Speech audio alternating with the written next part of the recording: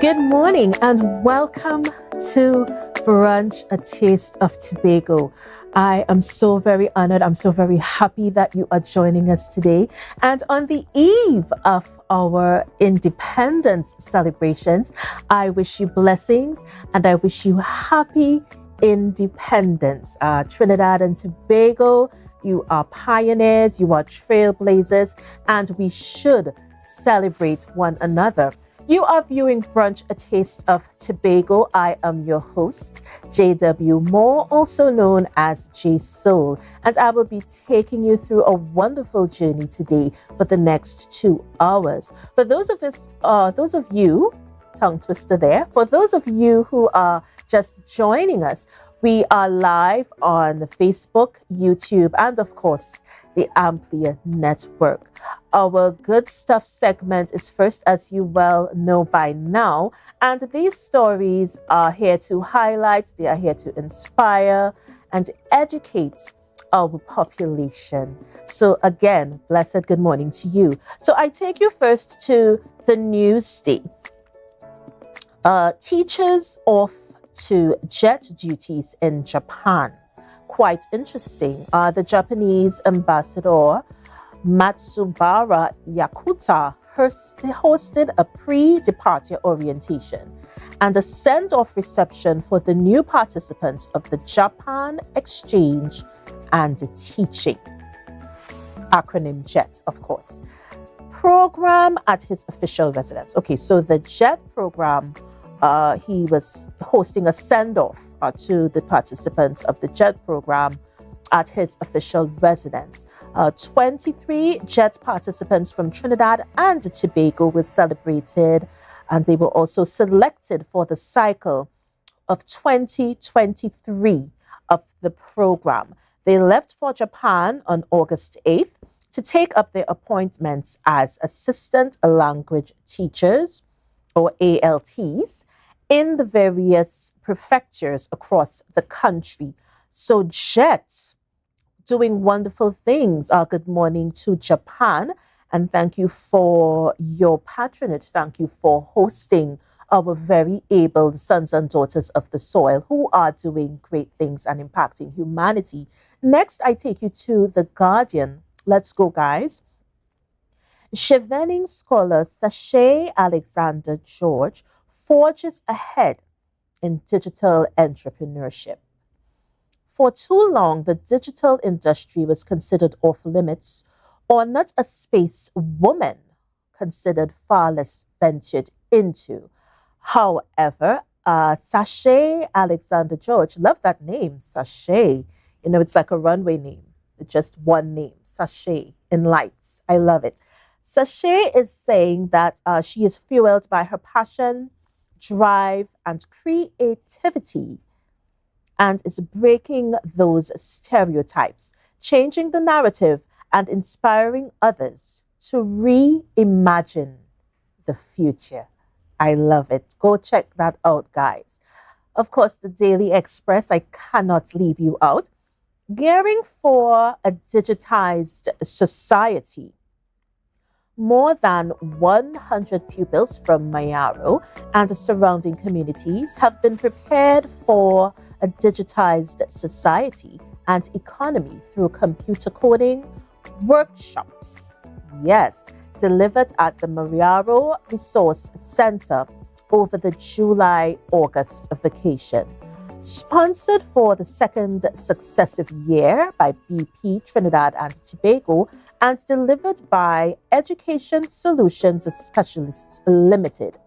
The Cracking the Code vacation and learning experience provided pupils with technical as well as practical understanding of science, technology, engineering, arts, and of course, mathematics. This geared and steam-headed coupled with learning the fundamentals of computer-based coding. So that's quite a lot there that you guys need to check out. Blessed good morning to Tobago, to Trinidad, my brothers and sisters of the Caribbean, and of course the world. We are broadcasting live. I am your host, J Soul, and I am just a small part of the team that makes it happen right here at Tobago Updates Television.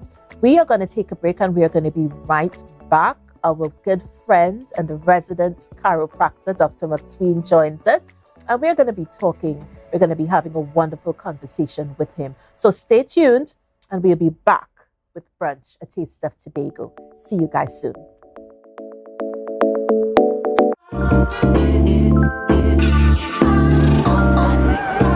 Wait, I don't even have suit and thing for this wedding. Why getting them things? Well, the port my right over there. Alright, thanks. The Port Mall, where the varieties are large from your favorite stores, from restaurants to salons and from clothing stores to jewelry stores, located at Sanctus Hill, Scarborough, Tobago. Telephone number is 868-334-6589.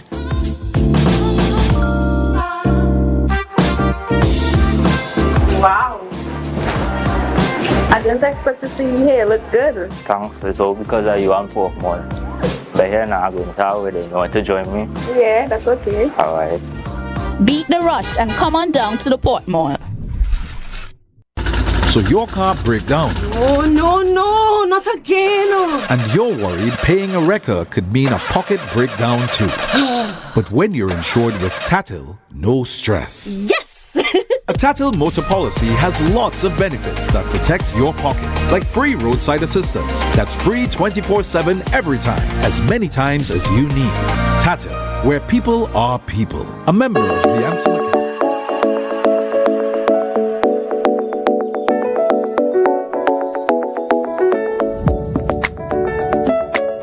And we are back with Brunch, a taste of Tobago. Now, I'm so honored and so pleased.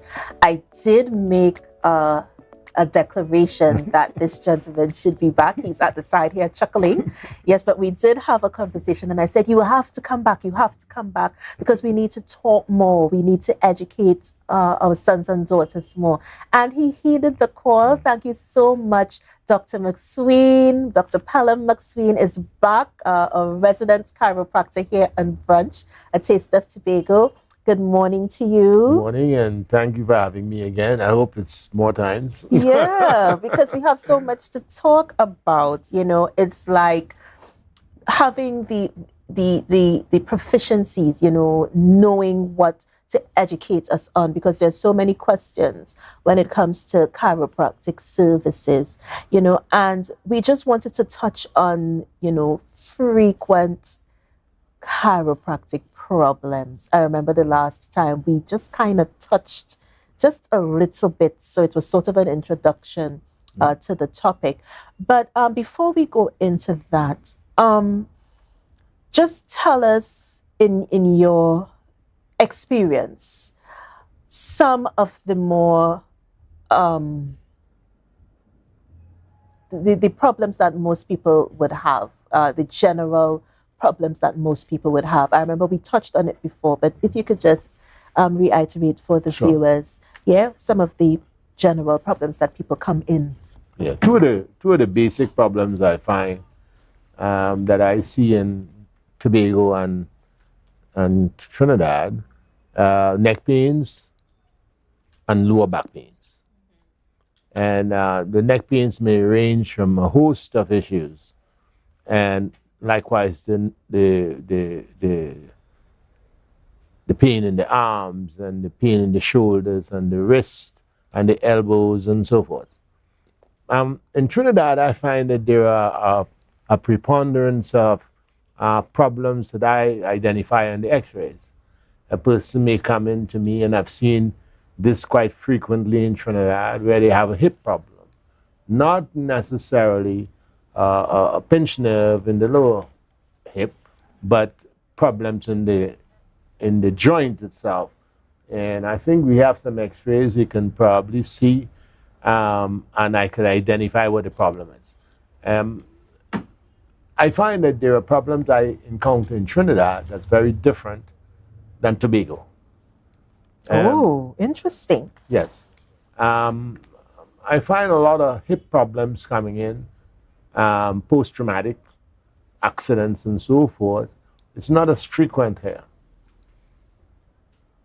I think we have an x-ray I want to look at and show you what I'm talking about. Another problem I find, people come into my office and they complain of a pain. And they say, well, you know, doctor, I went here and I went there and I went there and nothing happened, so I decided somebody sent me to you and so forth. And there's simple problems and no one is able to treat it or address it appropriately. Yeah, and you know that's the thing. And you know, it brings us back to the point. If you can see the screen, guys, we're seeing the x-ray being shown. But Dr. McSween is gonna touch more on that in a second. But we come back to the conversation where people don't seem to seek help until water more than flour. Last resort, last resort, and they tell you, you know, doctor, I'd never come to you, if somebody didn't tell me. And they've been going through this problem for years and years, and easily solvable. Yeah, definitely. Problem. But they don't know. And one of the worst things I've found is that when you don't know that you don't know. Say that again. When you don't know that you don't know. Yeah.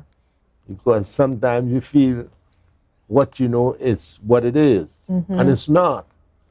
And you live in a state of just not knowing. And that's a serious problem. A patient would come in and say, well, you know, doctor, I've had this problem here.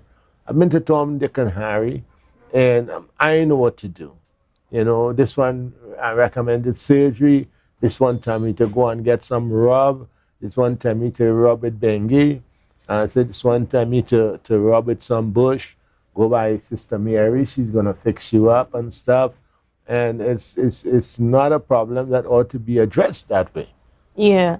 But could we dare say that it's a cultural sort of thinking that we have when it comes to going to the doctor? Partly it's cultural, partly it's cultural. But I think it's just we ourselves. You know, I always say when you navigate your reality without processing your engagements, you're in trouble. Yeah, definitely. And find the source that will assist you. And you know, it's you're saying find the source that would assist you, and it just resonates because there are so many people, I think now more than ever, to my knowledge and observations, that are complaining of, you know, the aches and the pains, and you know, it's always over and over, and they're not doing anything about it. And lamenting, and we're murmuring, and we're not taking the proper action. I've had two patients come in, husband and wife. The husband problem is full blown, but she has been feeling hers for years. Right. And she said, well, I want to treat him first, and then I'll see about me, and those kind of things. And so it progresses. And whatever you do exacerbates the condition. Yes, it Not does. unknowingly, because you don't know that you don't know. So you have to come to the person who does. You have to seek the proper guidance. You have to be educated. Yes, definitely. Yes. And this is something that we continue to see. Yes. Do you think more people are opening up? Yes. Oh, absolutely. Okay. I've seen it up the Caribbean, up the Grenadines. I've seen it of such. I mean, I practice in Grenada. Right. I practice as a medical doctor there as well. And there's an opening up. There are people who are calling on me on social media. Doctor, when you coming in? I think we need to go at a deep level too and have the education at the tertiary level. Yeah. Because there's so many young men and young women in our space down here who can do well. We got some smart young men and women. Oh, yes, we do. And I if we agree. give them that resource, are we going to have a healthier population? Yeah, definitely. And I always say, listen to the young people. Yes, They actually and always have something to say. absolutely. They always have an input that can be impactful. To be valuable. Yeah. Yeah. So it's so great that you're saying that, because this has been my mantra for so long, from as long as I could remember, where sometimes what the young people have to say kind of gets swept under the rug. And disregarded. Yeah, And yeah. I was going to erect a school in Grenada, a college, just to start off with about 20 students and stuff who were qualified, who have the Bachelor of Science to gain entry and so forth. But I ran into a land problem. Else I would have had a college erected. Dedicated, yeah. And we need more persons like you. The spirit of advocacy, because sometimes you need a fighting voice. You need someone who is willing to champion a particular cause. Yes. Yeah, Absolutely. and sometimes we don't get to really hear, or we don't get to really see the potential of some of our youth. And I think that narrative needs to change. Need to change that. Yeah. There's so much potential in the youth, unimaginable. Yeah. We have youths, adolescents, 13, 14, 15 can really paint. Mm-hmm. I've seen some paintings and drawings, unimaginable. Yeah. We need to push that. And we have it all here in the Caribbean. I think so. I think we are so blessed, and it's a holistic type of blessing that we have as Caribbean people. I think so. Yeah, we have a resonance. And I think our marketing, we need to do much more in terms of marketing ourselves, marketing our stories, our region. Yes. And that's where most of our young people come into play, because there are so many of them who are very much willing to be positive. And they don't have that push. You need something there. Yeah.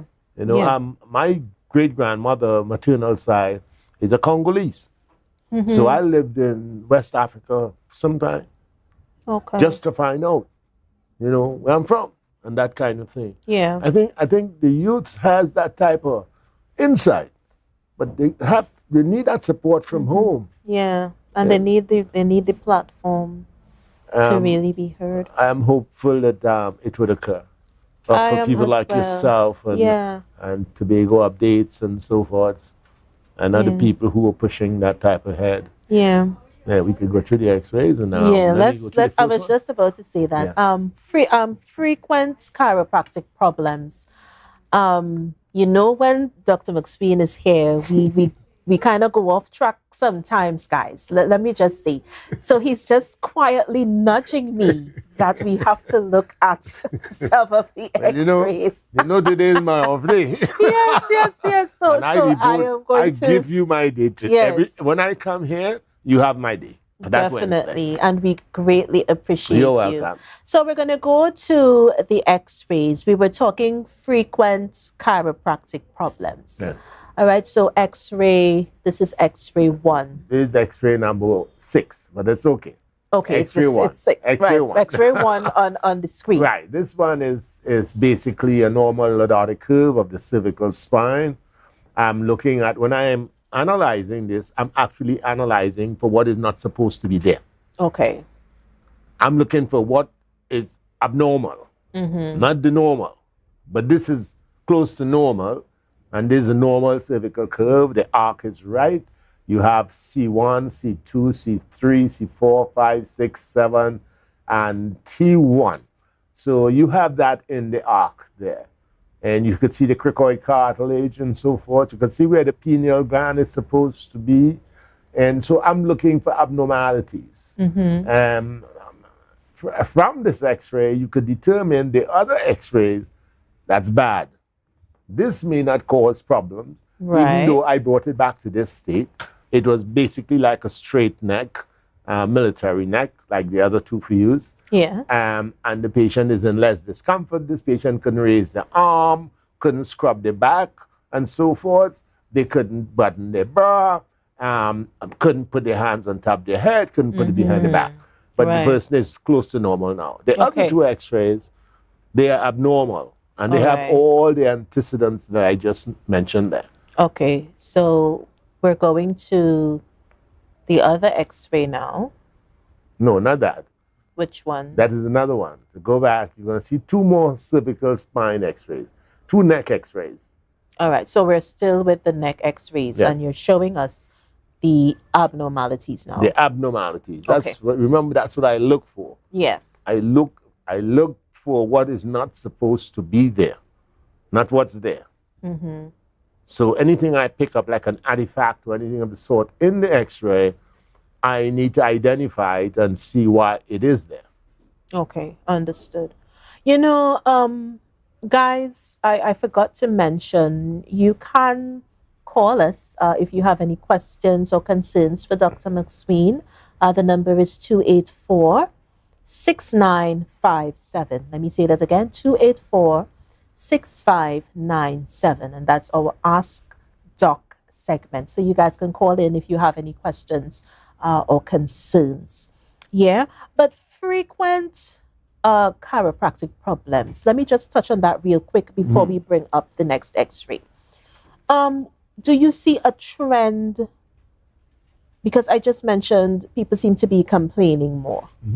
What are some of the instances where, or some of the reasons that you think this is happening? Is it all diet? Is it all way of life? Most of the problems I encounter seems to be post-traumatic. Okay. Your diet may influence it, depending on if you're using too many fats in your diet, very low protein, and too many carbs and so forth. You could end up in a case where you're not having the minerals and the vitamins necessary for food metabolism, and that could certainly influence the stage. But most of the problems I encounter post-traumatic. Okay.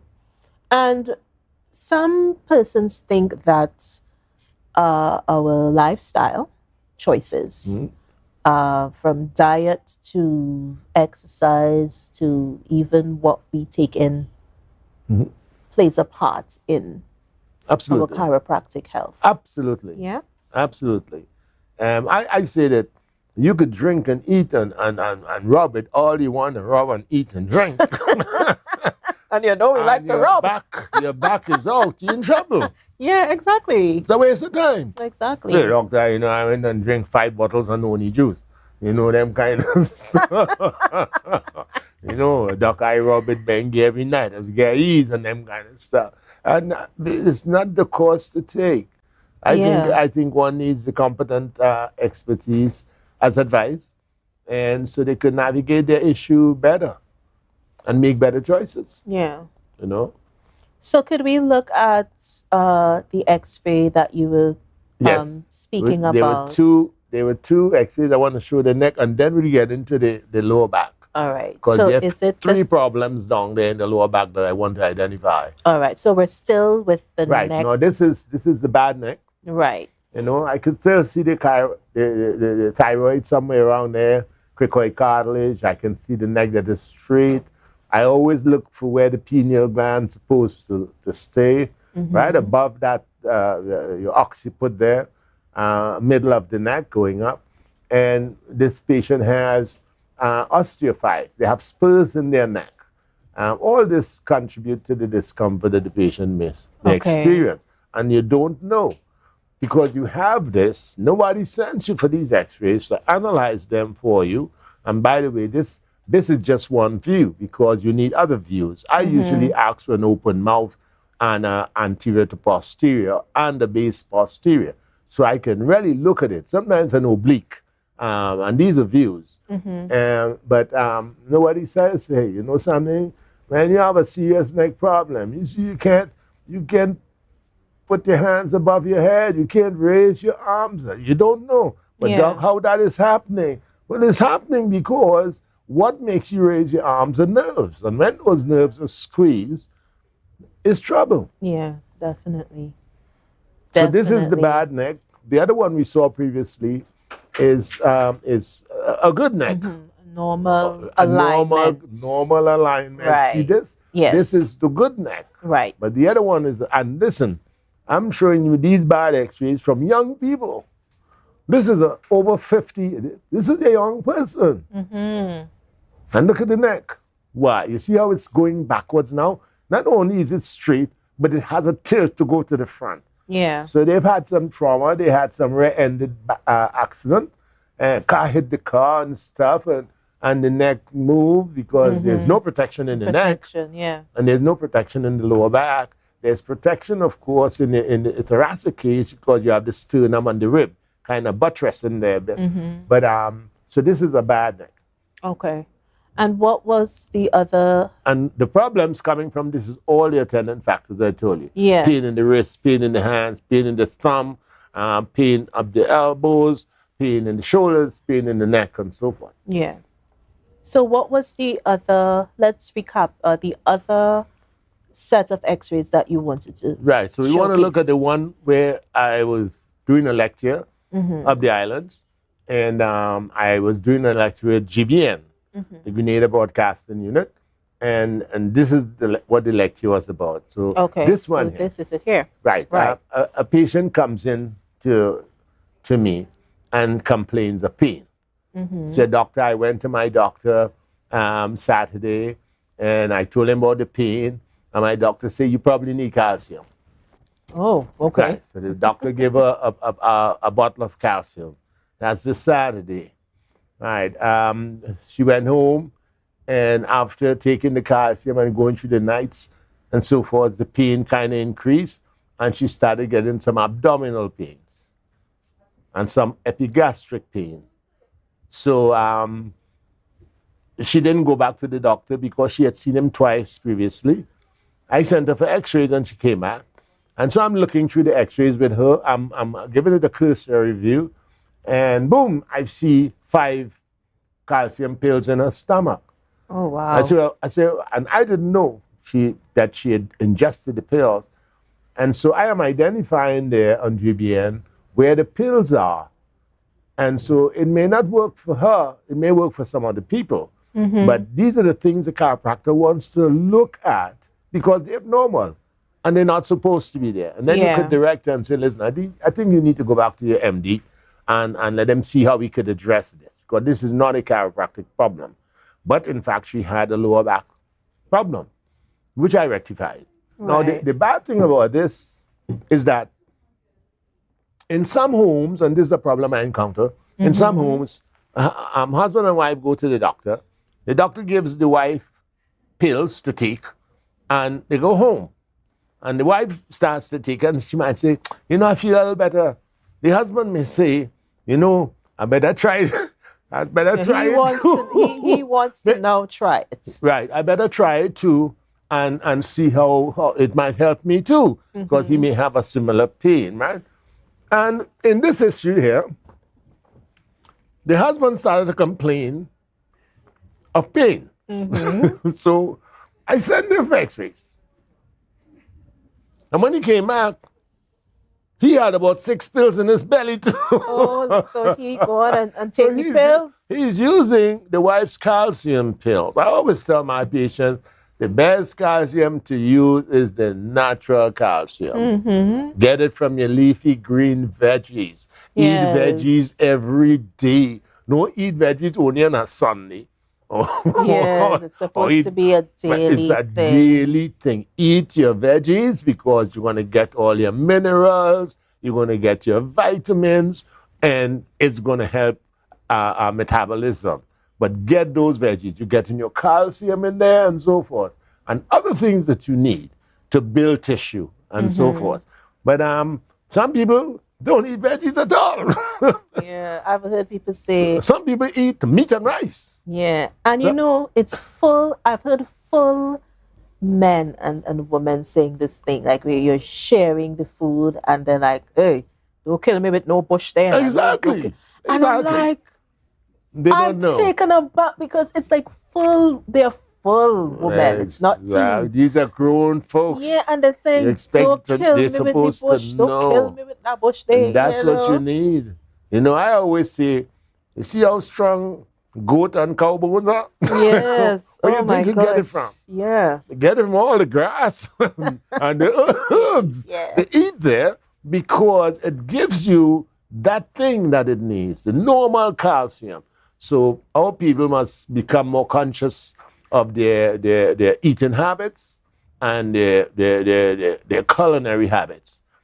And don't load up yourself with too much carbohydrates. I tell you, my mother and all her sisters died from the effects of diabetes. Don't eat no big setup of fats. Mm-hmm. It's going to affect you. I usually tell my patients, when you're eating, do not have a glass of juice with ice and drink it while you're eating, because you're eating fats. When you eat those fats and you drink that glass of juice, it cakes up the fats down in your system. Yeah. So you end up exposing yourself to plaques eventually and high cholesterol and so forth. So you don't want to do that. And you don't want to inhibit absorption and digestion. Yeah. Because that's essential to build and grow tissues. Yeah. And you know, Dr. Mark, as usual, you have to come back. There's so many things that I wanted to discuss. Yeah. And time is just not there. Okay. So we need you to come back. Once again, thank you for the being Wednesday with I us. come up, I'll be here. Yes. So Okay. we need to have you back. Yeah, Sure. because we still need to talk about the X-rays. We still haven't finished this topic. I feel that there's more to be discussed here. Yes. So we definitely need to have you back. So thank you Thank so you for much having for me, coming. and I'll be back. Yes, definitely. We're going to take a break, guys. We're going to be back with more Brunch, A Taste of Tobago. It's DIY, and you don't want to miss this one. We'll be right back.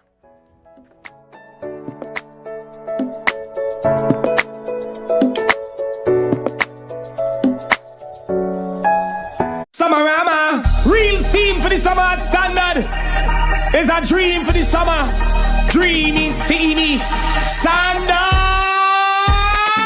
What you have? What you have? All the best deals, no drama. Standard be deed like a hammer. Go tell a friend, tell your papa, tell your mama. We got more, we got more. Standards are what is searching for. Quality brand, discounts galore. New things for the summer, online in store. Summertime is here, so make the most out of it at Standard. Never beaten on quality and price. It nice. From the experts that created the Zinger sandwich comes the KFC Crispy Barbecue Zinger. The only one I see is you. Cheddar cheese, crispy onions, the most delicious Kentucky Fried Chicken, and barbecue sauce. Get ready for a whole new level of flavor. Right now, Tobago onions are just currying down to Bonaccord, right in Stobie Local Road. You know why? To come down and shop at Authentic Builders General Hardware, the only hardware store in Tobago that is giving you guys Trinidad prices. So for instance, such as steel, 1/2 inch and 5/8, $7,895. 5/8 construction ply for $260. Every single thing that you will need to do your home renovation or start your new construction, we have it right here. And to get your quotation, it's very easy. Just WhatsApp us at 272-1990 and we will do your free WhatsApp quotation for you.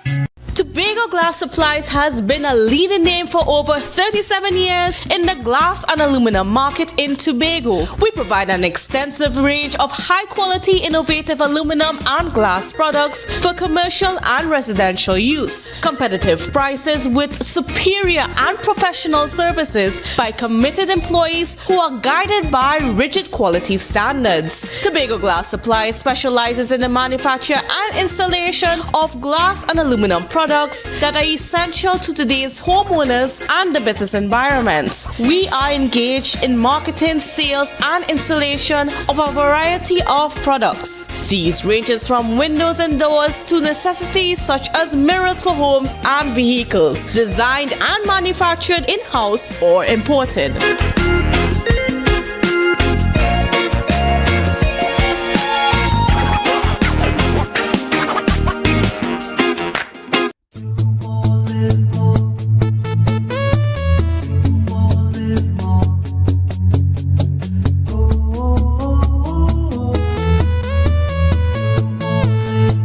This is how it's gonna go. They better look up below, 'cause this is your show, and everybody's gonna know. Say it to them once again. They better look up below. This is your show, and everybody's gonna know. That's how it's gonna go.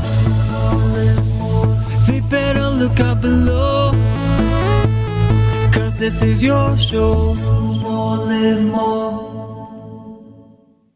Mamai Lakai Home Services. We specialize in cleaning of carpets and rugs, mattresses, living room and dining room sets, vehicle detailing, cleaning and sanitizing of homes and commercial spaces. We also do landscaping and tree cutting, pressure and power washing, floor care, fumigating and air purifying. You can also call us for professional painting services, babysitting and adult sitting. Call us now 333-4430 at Mamai Lakai Home Services. We take cleaning to another level. Everybody only worrying. Never ever worry. Don't mind how things looking hard. I tell them never ever worry. If your nice car get damaged bad, I tell them never ever worry. What I'm saying is true. So just consider Tatil is always right here for you. I tell them never ever worry. Don't mind if life make you sad. I tell them never ever worry. If your house get flooded out real bad, I tell them never ever worry. What I'm saying is true. So just consider Tatil is always right here for you. I tell them never ever worry. If sickness catch you off guard, I tell them never ever worry. If times fall on you real hard, I tell them never ever worry. What I'm saying is true. So just consider Tatil will always be here for you. Never worry about a thing. Tatil, where people are people. You know what I mean.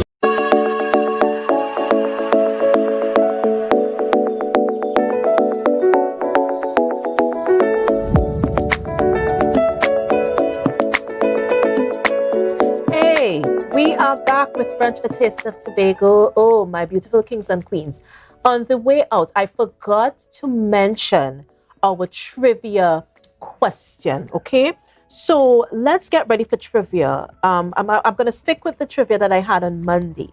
The Tobago Main Ridge Forest Reserve is the what rainforest in the Western Hemisphere? I have a feeling someone is going to get this today. So you guys get to typing and we want to see the answers that you come up with. Our main rich forest is actually a treasure to behold, not just locally, but regionally, internationally. And it is forever etched in history as the what rainforest in this part of the Western Hemisphere. So we are back with Brunch, a taste of Tobago. As you guys know, it is DIY time in keeping with our independence. As you know, this is the eve of independence. So I tried to incorporate, you know, some red and black and a little white somewhere in between. So, you know, just keeping that patriotism alive. But I have a very good sister of mine. I actually was laughing with her just now because I heard the name and I'm wondering who is that? And then she enters and I say, okay, it's family here. It's family time. So let us welcome to the brunch set, Miss Stacy Herbert. Yay! And Stacy is so many things. I am just learning about this side of you with wine making and that sort of thing. But Stacy is an artist in all her glory. She's a performer, she's a writer, author, poet, you name it. You know, so I'm so happy, I'm so pleased. So Stacey, what are we doing today? We're talking winemaking. Yes. Take us through the process. I'm gonna let you do your thing. I'll interject if need be. Yes. But you do your thing. Take it away. Okay. Stacey. I was listening to the trivia question. Funny enough, the name of my business is actually Mainridge Wines. Oh, right? Yeah. So Mainridge Wines. There you go. From the Mainridge Forest Reserve. Yes. Yeah. So it was kind of paying respect to that. Okay. Right. So today we're going to do a homemade wine, right? That you can do in your kitchen, right?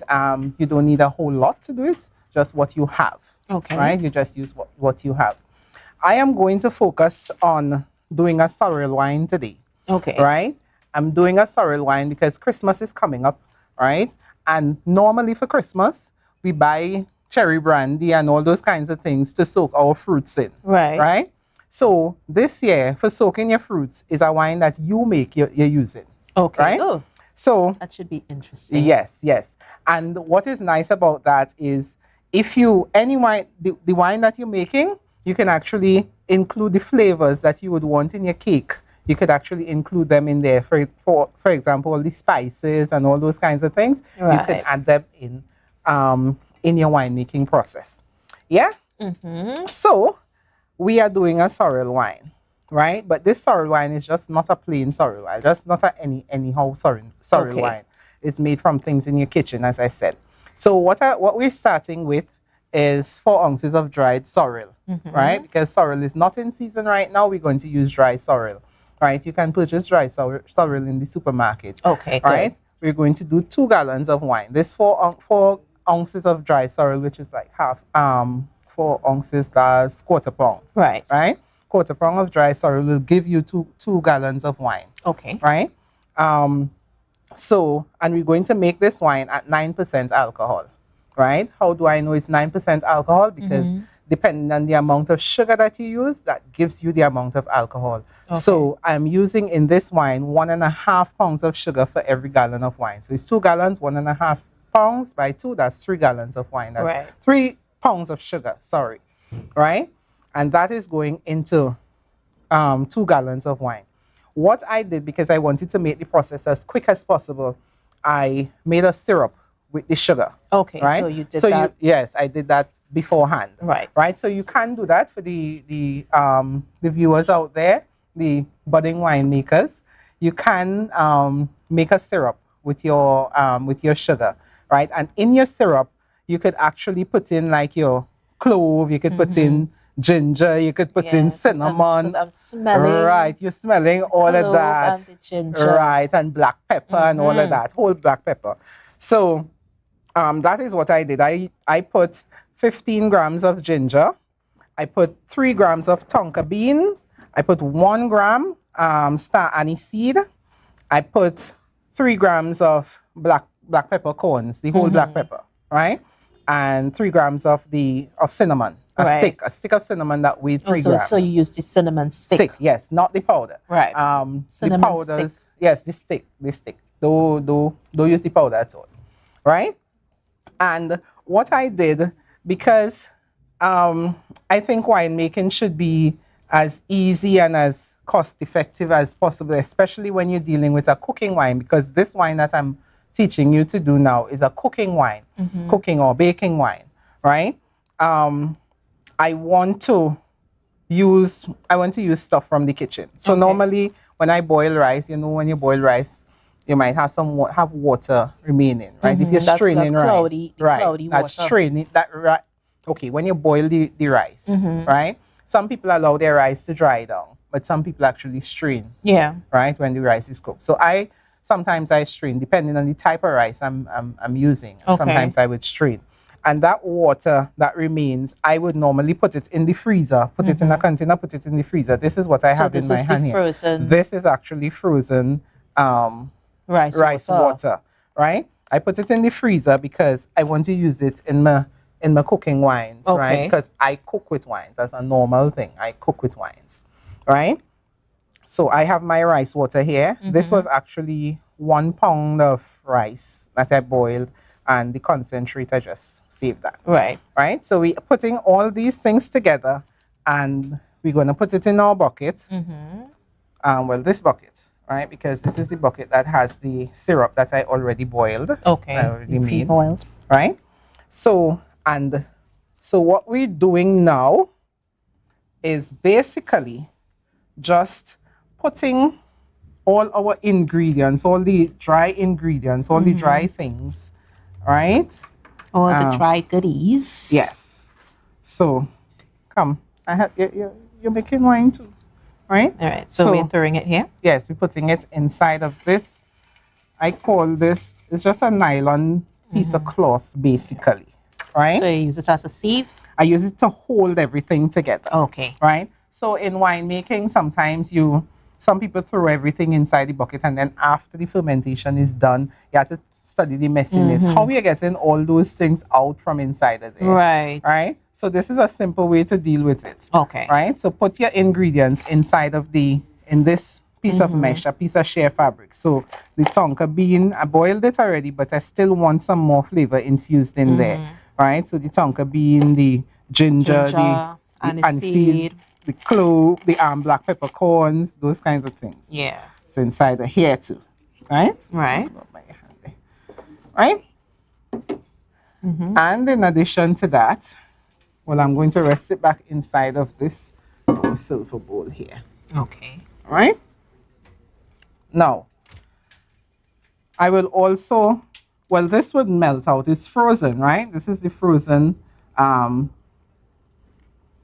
water. Rice water. Yeah, Yeah. senior moment there. I just forgot what That's okay, Gil. Senior moment. We all have them. Yes. So I'm going to throw it in there. It doesn't necessarily going to have bits of anything in it, but I'm going to put it in there anyway, just in case there are things in there that I don't necessarily want to be in the wine.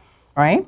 And then so let's go over real quickly. We have our rice water, dried sorrel, aniseed, black peppercorns. What did I miss? Tonka beans, ginger. I call everything? Yes, aniseed. We said that already. Yeah, we said aniseed. Yeah. Right, and the cinnamon. Cinnamon. Oh, yes, that's what the I cinnamon. forgot. Cinnamon. Yes. Right? And you just basically tie this. You're tying this up here, right? So that it stays in the bag. It stays intact. Yes. So when that fermentation done, all you have to do is just lift this out.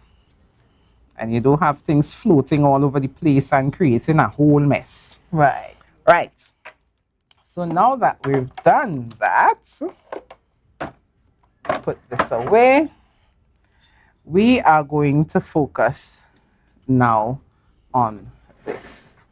Now, I repurpose this bucket, right? Okay. You can have a bucket in your kitchen, a bucket at home that you use. This one is just a cheap bucket I found in the market.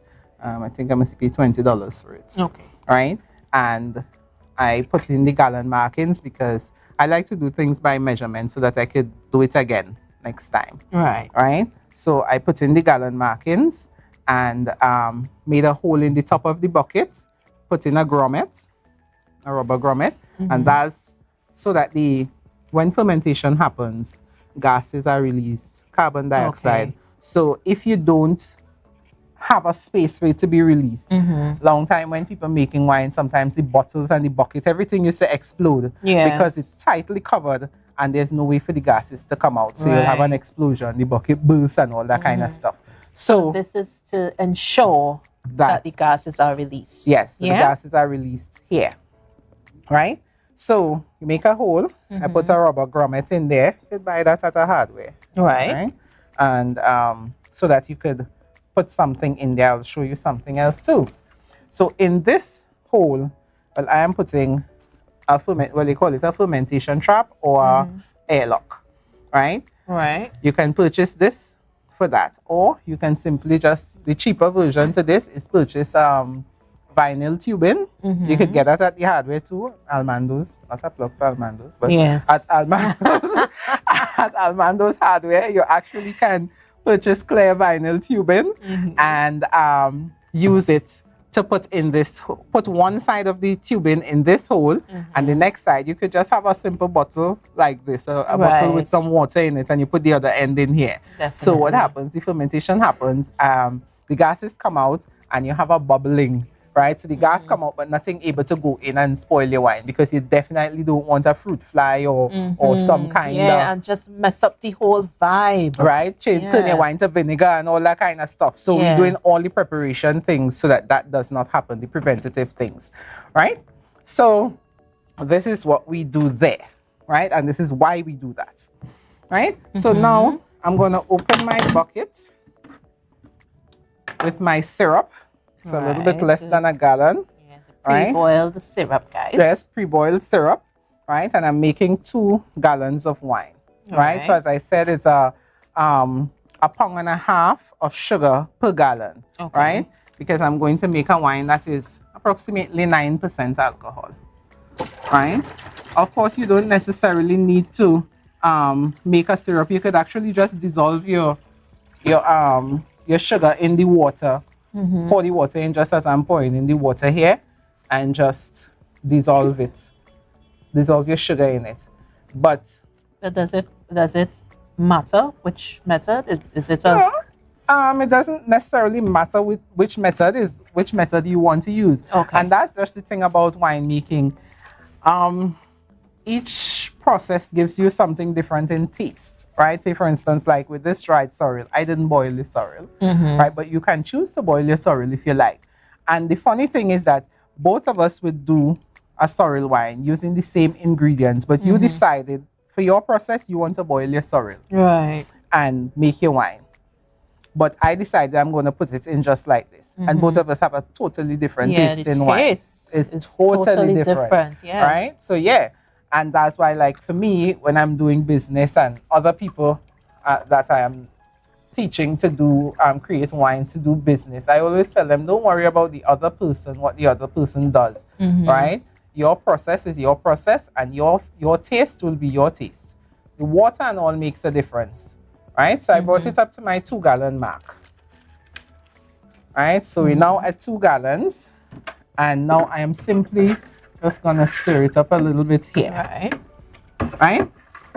Now, in the winemaking process, because we're not doing grapes, we use whatever is available for us, right? And what we have is sorrel. Yes. Right? So, when you're doing the winemaking process, you normally add to help the yeast. Right? You normally add something called yeast nutrients. Right? So yeast nutrient, you add in some yeast nutrient, which is basically food for the yeast. Right? Which I have here. And where can we get, just for the viewers? Right. So you can get that. You can call me, or you could contact me online. Mainridge Wines at Mainridge Wines on Facebook or Instagram. Right? And I will be able to direct you as to how to get it. You can get from me, right? Or you can purchase elsewhere. I'll direct you wherever you are. Okay, but we'll get your number and social tags, if any, as we progress. Yeah. Right. Lovely. So, yeast nutrient. It looks something like salt. So it looks like, it looks like salt. Right? So, you put in your yeast nutrient, right? Yeast nutrient is normally 2 teaspoons of yeast nutrient for... 1 teaspoon of yeast nutrient for every gallon. Right? So it's 2 gallons. So 2 teaspoons of yeast nutrient. Right? And we are just going to dissolve that. Yes, thank you very much. Yes, thank you very much. You're part of the process. Yeah, man. That's the process. Master stirrer here. Yeah. Now it's nice you don't have to stir too much because everything dissolves. Exactly. Yeah. Oh gosh, I love scandalous things. We're having fun. Right. So when that is done now, the only thing that is left for you to do is basically drop in your The dry goods. yes. Right. Right. So when there are other wines that you can make that would require a little bit more things to be added in. Now, a wine, in order for a wine to be nice and lovely and the palate and that kind of stuff, it must be balanced, right? And when I'm talking about balance, I'm talking about a balance of acidity and astringency. Right? So astringency is that mouth drying kind of effect you get. You normally get it naturally in cashews, right? So when you eat cashew fruit, you normally get kind of staininess in your mouth. Kind of, yeah, right. That is actually astringent. Okay. Right? That is astringency. I'm right? learning You get something today. yes. That is astringency. It occurs naturally in leaves and those kinds of things. Cinnamon, ginger, the skin of the ginger actually is astringent. Right. Right. So you can actually use those things rather than purchase commercial tannin. Well, when they process it, they call it tannin. Okay. Right. So instead of purchasing commercial tannin, you can actually use the things that are around you, and that's what I'm encouraging people to do. For wines for your kitchen and that kind of stuff. If you're not going to do business, use things that are around. Yeah, and I'm just loving the smell. Oh my gosh. Yeah. That cinnamon and that clove. Yeah. And that aniseed. And the tonka beans. Yes. That tonka bean, that nice I'm just loving spiciness the in smell. between there. Right? Yeah. What's the next step? So we're adding. Right. So this goes in, but before we put in that, we're going to put in our yeast. Okay. Right? Oh, which is very important. Which is very important. Yes. You have Yes. to get Yes. your Yes. yeast. You know, the thing ain't gonna taste good. It ain't gonna ferment. Well, I shouldn't say it won't ferment. It will ferment, but you'll have a natural fermentation that maybe not as stable, right? So we're going to add a yeast called Red Star Premier Rouge. I'm using that because Premier Rouge highlights, helps to retain color in the fermentation. Different yeasts do different things, you know, right? So Premier Rouge helps to retain color, right? So I want the color of the sorrel to be preserved in the fermentation. You need that prominent shade. Right. Yes. So I'm going to use Premier Rouge, which would help me with that. Okay. Right? So I'm going to add that in to the bucket. And I'm just putting the yeast in. And I'm just leaving it to make sure that the yeast are alive, right? So a little trick, right? How you know your yeast are alive. You just throw it in.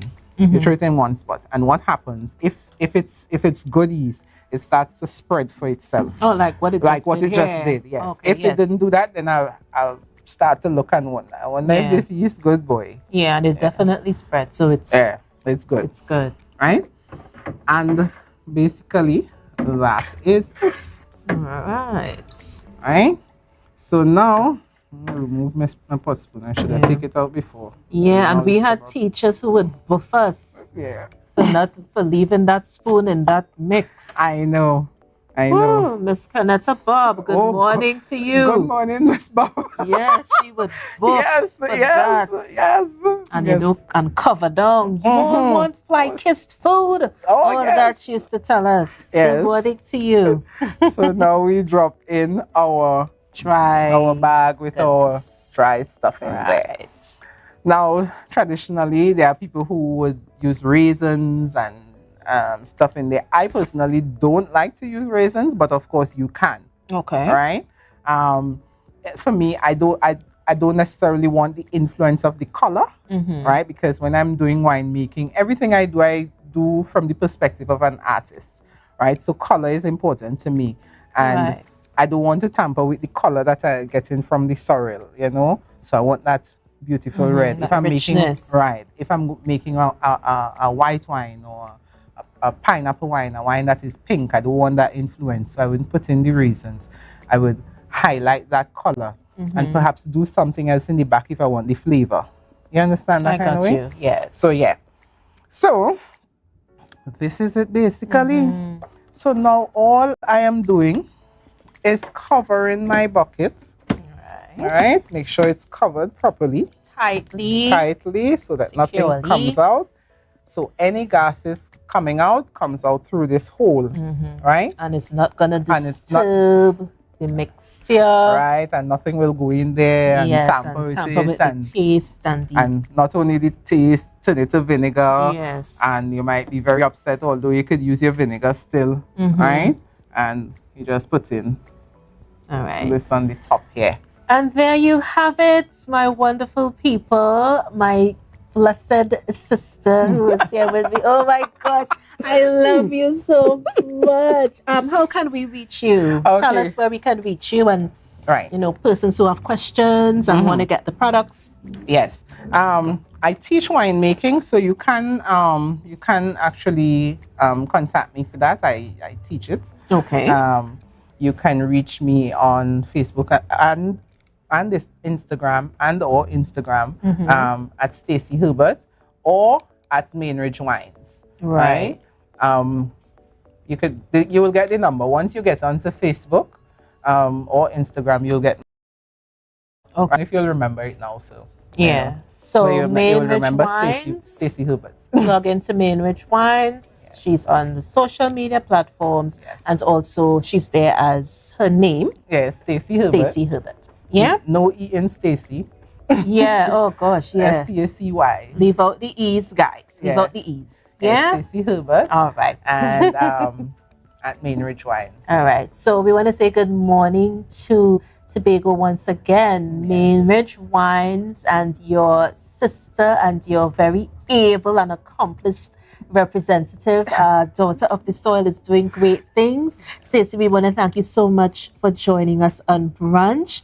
I'm hoping that when this cure and thing, you bring some, and let we get a little sample, a little taste, and if not, we know where to find you. So don't play here and coming back and thing, because we know where to find you. Yes. Or know where to find you. I use it to find. So I ain't gonna hide. Yes, so thank you so much. Okay, guys, so we are wrapping. We're going to be back after this break with our book club segment, our resident literary, she's like a prophetess to me in the literary world. Joelle Green George is here, and she's going to be doing what she does on a Wednesday. It's Book Club Wednesday. Before I go, please do not forget our trivia question. It's on the screen right now, guys. The Tobago Mainridge Forest Reserve is the rainforest in the Western Hemisphere. We're still waiting on those answers. Get into typing, and we are going to be right back with Brunch, a taste of Tobago. See you soon.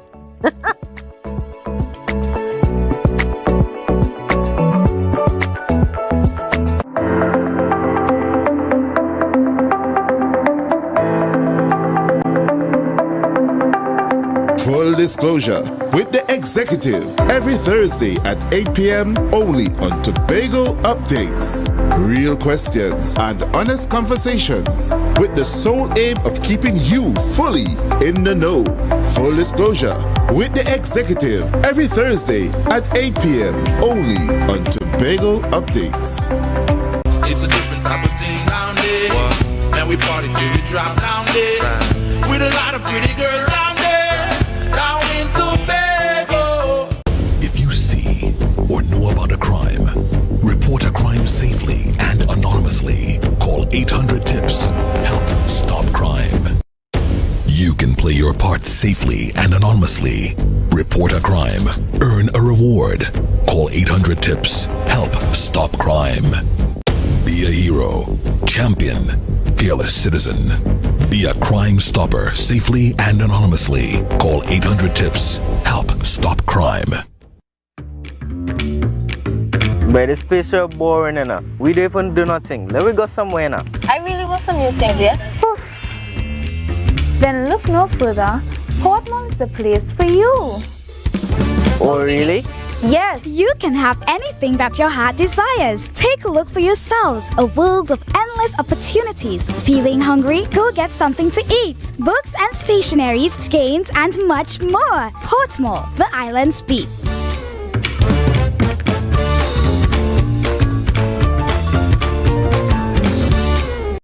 so your car break down. Oh, no, not again. And you're worried paying a wrecker could mean a pocket breakdown too. But when you're insured with Tatil, no stress. Yes! A Tatil motor policy has lots of benefits that protect your pocket, like free roadside assistance. That's free 24/7 every time, as many times as you need. Tatil, where people are people. A member of the Ansa McCall Group. All soca lovers, stand up. All soca lovers, stand up. Inner Health, number 13B, Portmore, Scarborough, Tobago, with over 25 years experience, offering services in and not limited to microscopic blood analysis, reflexology, and the sale of a wide range of organic herbal products used to supplement thyroid, lymphatic, heart, kidney, and brain health, and the male and female reproductive systems. Come and chat with us. Remember, your health is your wealth.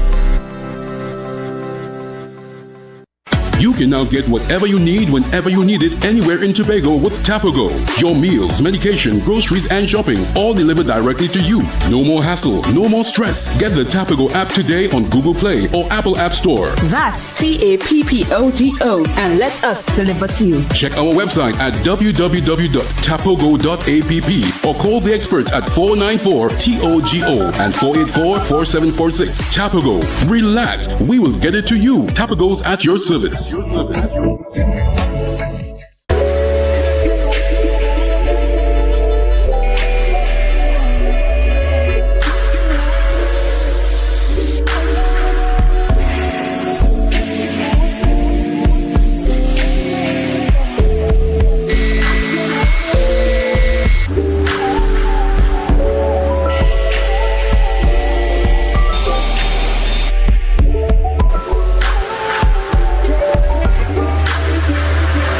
You flood ready? Review and update insurance coverage. Install floodgates and barriers. Create a family flood plan. An initiative to help people prevent, prepare, recover. Tatil, where people are people. Jimmy's Holiday Resorts has 1, 2, and 3 bedroom, fully self-contained apartments located at the heart of Crown Point. Minutes walk to the popular beaches, restaurants, bars, and the airport. Enjoy our amazing amenities such as fully equipped apartments, complete with Wi-Fi, AC, TV, and a pool, and a mini-mart on the compound. Call 639-8292 or 8929. Jimmy's Holiday Resorts is your family's home away from home. October will never be better with Tobago Carnival Fever. Book your passage and come on over. Are you flood ready? Monitor trusted sources for info. Wear protective gear when you clean up. Contact your insurance provider to assess the damage. An initiative to help people prevent, prepare, recover. Tatil, where people are people. The best place to stay in Tobago is at Thorn's Place, with rates starting as low as 200 TT. Call or WhatsApp 745-7306 or 682-8676. We are located uptown Scarborough, 5 minutes away from the port. Remember, at Thorn's Place, our aim is to make your stay safe and affordable.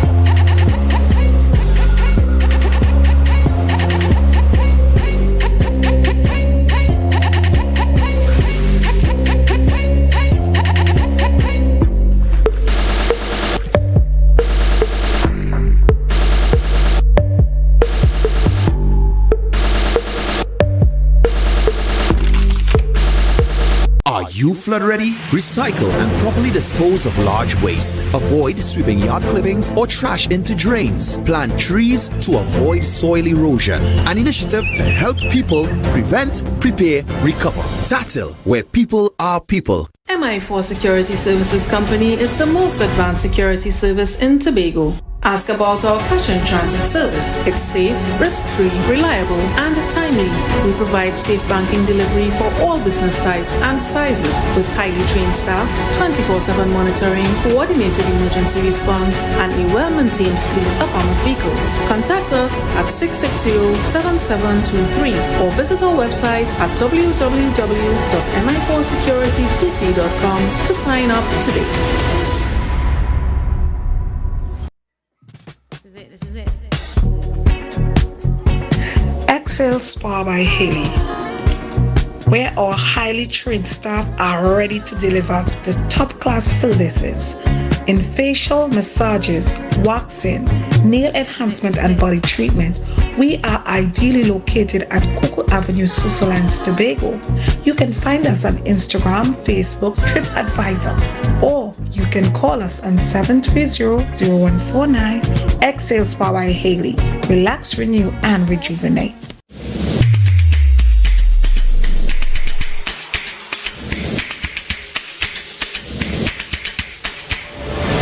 Good morning, good morning, put a smile on your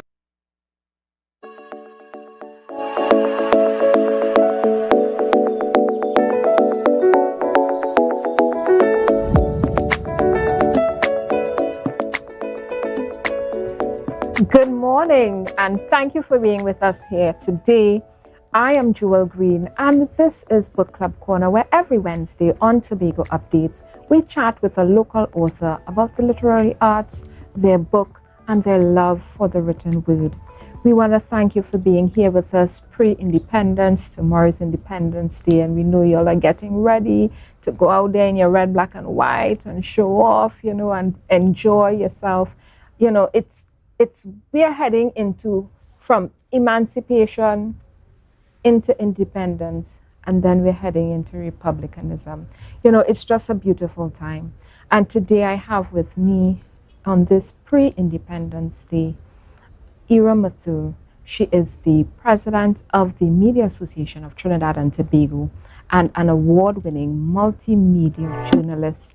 She is also the 2023 OCM Bocas Prize winner for nonfiction with her book, Love the Dark Days. What a beautiful cover. Ira, welcome. Thank you so much for having me here, Jewel. I just feel like finally I've come home. Tobago's my home, and I feel like I've come home. Yes, listen, I'm not the welcoming committee, but I definitely am rolling out the red carpet with this wine today. Oh, I can't wait. I'm not responsible for my actions once I drink that wine. Today, I want to just extend some greetings. We have a birthday in the house. Our French-speaking producer, Antoine, happy birthday to you wherever you are. And I want to extend some condolences. We've had some highs and lows this week. Condolences to the Jack family of mine. We have lost a cousin, a beloved cousin, laid to rest on Sunday. And I want to send my heartfelt condolences to you all. I wasn't able to be there, but my spirit is there with you all. As well, we have lost the literary giant, Dr. Michael Anthony. He passed away as well. And we send condolences to his children, to his friends, and their family at this time. And we can't forget Denise Plummer. Yes. She passed as well. Yes. And right around independence, imagine we're losing these icons, but please remember their work lives on, and we cherish the time we had with them and the time they had with us as we go forward. Denise Plummer was one of my alumni. She is literally, she's out of the bowels of Holy Name Convent. I myself am a Holy Name Convent student. And even though I never met Denise Plummer, I always had heard about her in school and even in Trinidad and Tobago. She really earned her place in the calypso genre and in that art form. And we want to extend condolences as well to her family and friends at this time. But we want to get into the wine. We don't have Book Club Corner without wine, right? And let me tell you, this wine, we want to thank you for this kind sponsorship from Stacy, she just did the DIY segment with her wines called Mainridge Wines, and this she's giving us is a taro wine. It's a white wine made from the taro ground provision, and we're going to do the 5 S's of wine tasting today. We see the wine. We swirl the wine. Let's do a swirl. We look for the legs. We sniff the wine. We sip and we savor. Oh.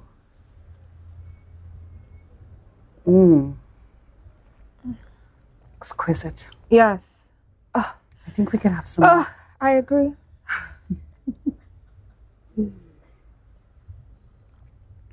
This is a great pre-independence wine. So call Mainridge Wines and get your order in. Get your bottle of wines. We support local here on Book Club Corner, local authors, local entrepreneurs, local businesses, and that's what we're here to do. And we want to thank Stacy for this taro wine. It's a dry wine, medium dry, and I love a dry wine. Stacy, thank you very much.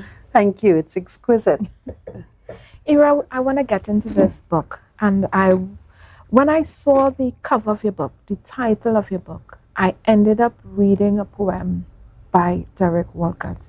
I want you to bring us in with that.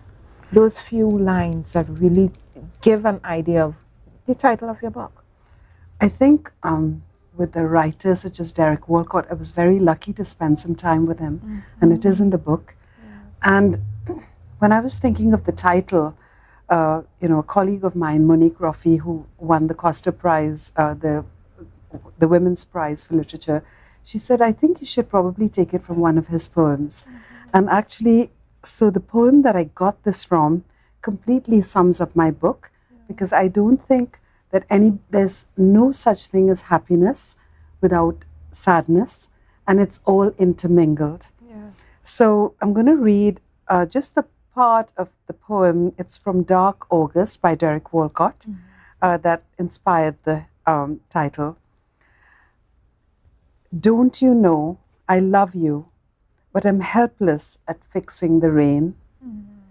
But I'm learning slowly to love the dark days. When I read that, because I was doing, my research, and just came up on that, I bounced up on the poem, as they say, and I said, wow. I said, and you referenced him in your book. You have a segment where you met Derek Walcott, and you had some interaction with him for your script. And I said, those are some of the things that inspire us as writers when we meet the greats. Yes. When we meet them and they're able to, some of their greatness, hopefully we want them to rub off on us. We want the good parts, right? Totally. So tell me, when you decided on this cover, and not just the cover, but the name of your book, what was going on in your mind when you decided this is the name, this is what it's going to be called, and look at this beautiful cover? When you decided this is going to be the artwork to represent it, tell me about that.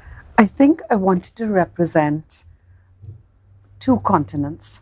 I wanted to represent India, where I was born and where I grew up as a small child, and Trinidad and Tobago, mostly Tobago, because I consider Tobago my home, which is my adopted home, but which is my home. If you ask me which flag I pay allegiance to, it is Trinidad and Tobago.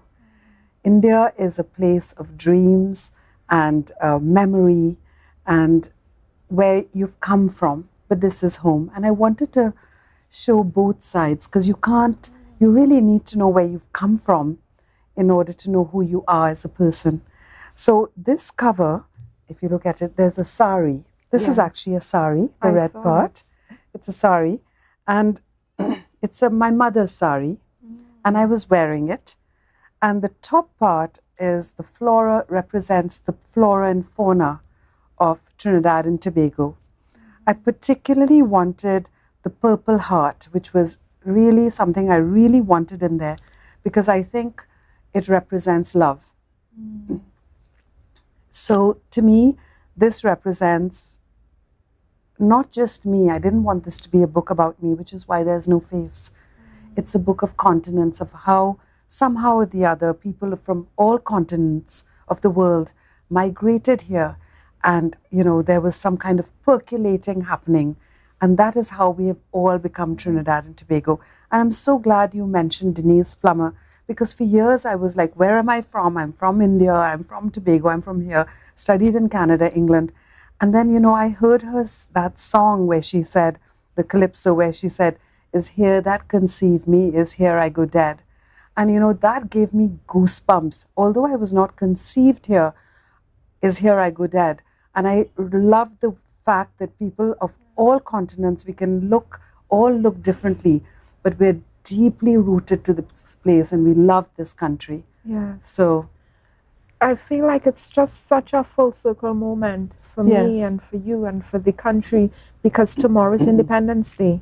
Yes. And how apropos that you spoke those words from her Calypso, is here I come from. Yes. You know, and that is one of the things that I think as Trinidad and Tobagonians, we hold dear the space that we come from, Yes. and the home that we make here. Yes. You know, when we look at it, if we're really honest with ourselves, nobody but perhaps the Amerindians can claim to be from here. Absolutely. Everybody came Yes. and found a space, or Yes. was brought Yes. and found a space and made here home. Yes. And I want to ask you, when I read your book, there's a section in there, and I want you to read it for us, but it felt then that you had decided and felt that Tobago was your home.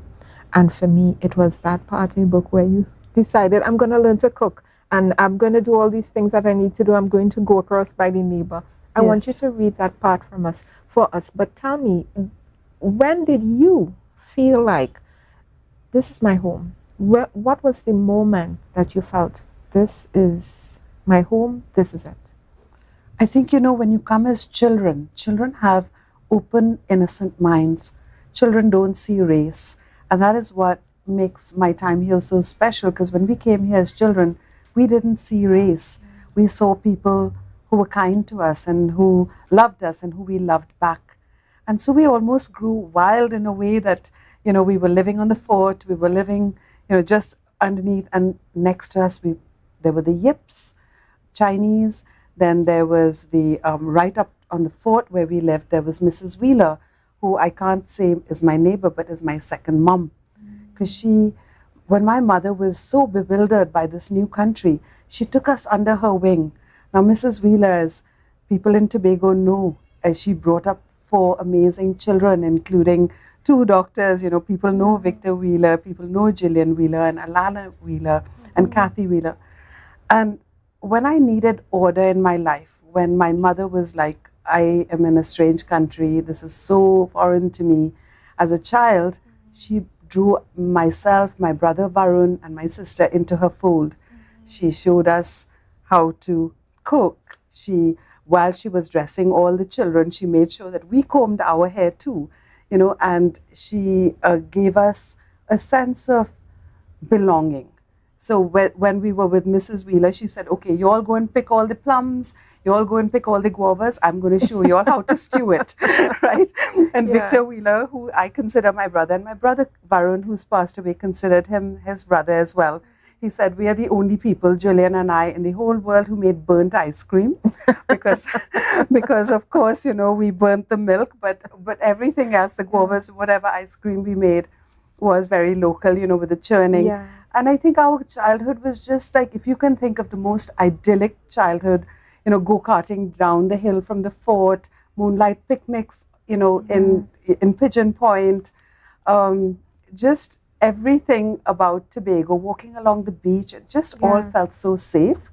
And, you know, like my mom, I used to feel very weird because my mom was the only person in all of Tobago at the time wearing a sari.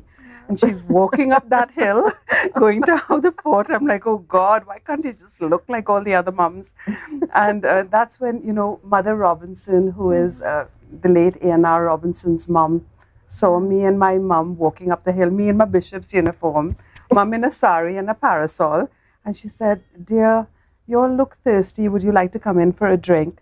And she offered us water, cold water. And I walked in there. It was so amazing to me, Jewel, because it was like walking into my grandmother's parlor in Bangalore in India, because it was exactly the same. There was a piano, there were books, there were old beautiful photographs, and at the, she showed us photographs of Anna Robinson, who she had said went to Oxford, and all her children's photographs were on the wall. And it was the same thing in India. People from my family, that's what we loved, music and books, and of course, education. So after that, we could never leave Tobago without going to say hello and goodbye to Granny Robinson. Yes. So I not only got a mother in Mrs. Wheeler and a family with the Wheelers and siblings with the Wheelers, but I got a grandmother here too.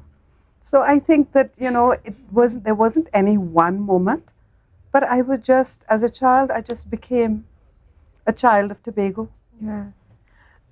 Ira, my heart is full with, us talking about not just Tobago, because yes, everything we've just talked about brings us to Tobago, but this is a Caribbean repeating story, repeating pattern. The Caribbean, we're one.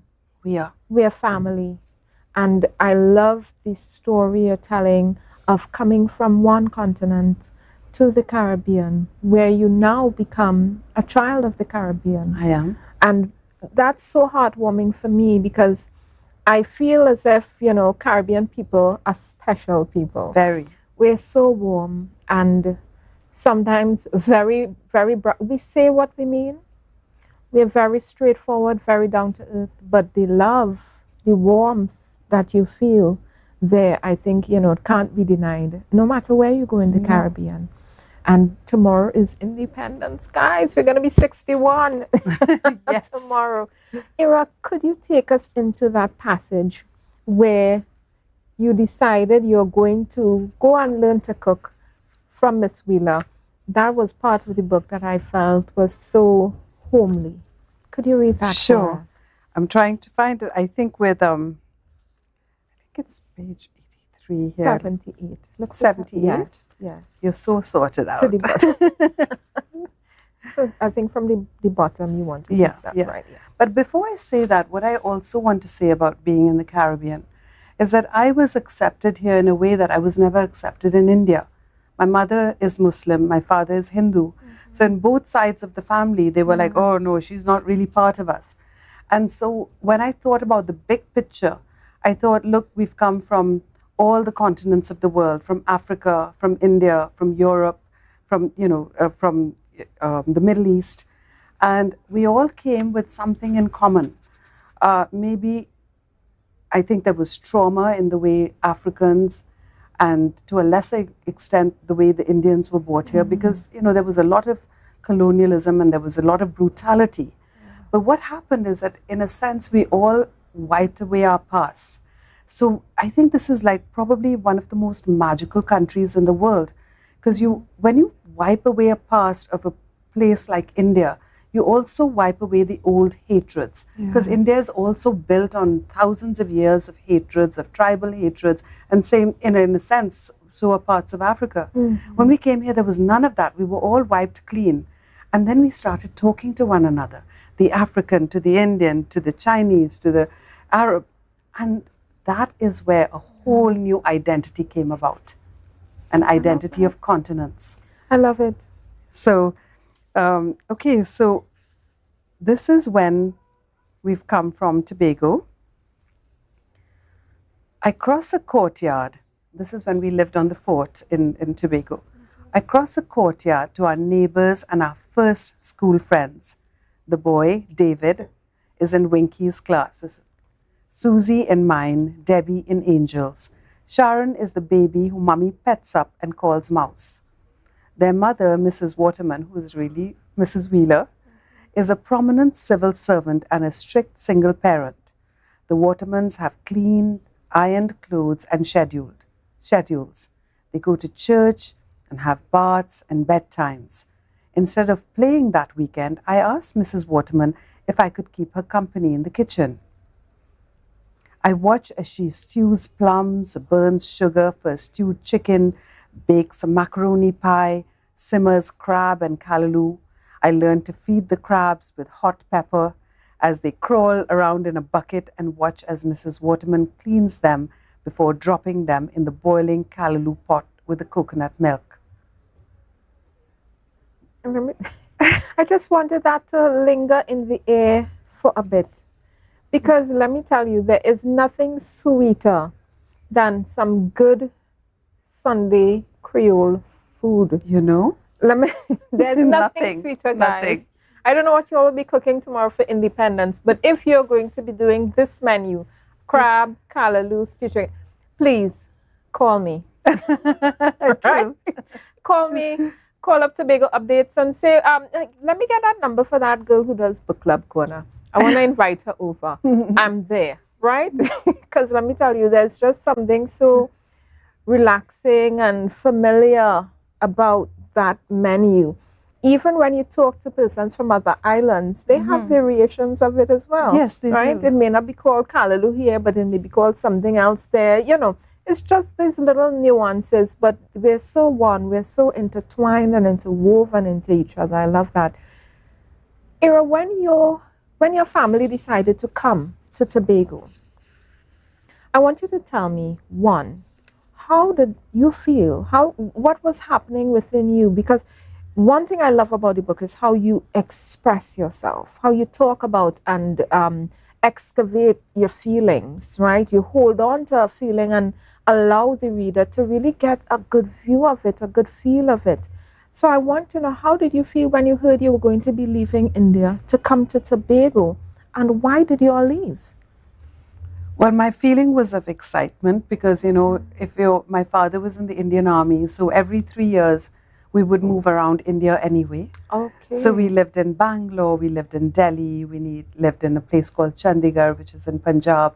India is made up of 27 states and as many languages. So I think moving had become a part of our lives. We lived in Simla where, where you see snow all year round. And then we lived in Bangalore where it's quite warm, and then so all the weather is different. The people look different in certain parts of India. Where I was born in Guwahati, people look Chinese, so everybody, so that's like the continent of India. So I thought it was another move. But when I heard that it was an island, I guess everybody's read Mowgli, about the little boy who was brought up in the and I thought, oh my God, so I'm going to be in the middle of an island. I was a very imaginative child and I was so very excited about it. But I guess the grown-ups had another view of it. I guess they thought, oh gosh, it's the unknown, and especially my grandmother, who this book also centers around. Yes, so, Burry Mummy. Burry Mummy, like the inimitable Burry Mummy. Yes, a powerful woman, you know. Actually, it's so interesting that I always thought the only person who could discipline me as good as Burry Mummy was Mrs. Wheeler. Yeah. So you have two continents, but same strong women, strong disciplinarians, So, so that was really interesting for me. Mm-hmm. When you talk about in your book, because there's a theme of gender running throughout the book, when you talk about gender, I feel like you've written about some strong but very vulnerable women. Yes. Not so strong that you didn't understand what was happening with them. Yes. But you'd have to take a good look to get it. Yes. Right? And isn't that just us as women? You know, very, very much a part of everything, and yet still very, very much a part of our own little worlds. Yes. In terms of what's happening with our families, very much intertwined into that. And you laid bare for me when I was reading the book a lot of your foundation, this is how I was brought up, this is what happened. And, whether it is for a person's observation, critiques, or whatever it may be, I feel that you did such a good job of using this book to just as a cathartic experience and exercise to talk about all the things that you had been through. And I want to know, I don't know if the readers all want to know, But tell us, how did it feel to you to go back, to revisit those emotions and those places and spaces in your life and put them down in a book for the world to read? Well, I think, as a journalist, what you see, when you learn empathy, what you see is that you're not a singular person. You're actually connected to the feelings of many, many people. Remember, as a journalist, I would have been in, I visited prostitutes in Curep. I went to the dumps in Trinidad, the landfills. I interviewed people on drugs. I went into the prisons in Trinidad, and I interviewed people as to, what made you kill a man? And what I found was there was a connecting something there, and the connection there was trauma.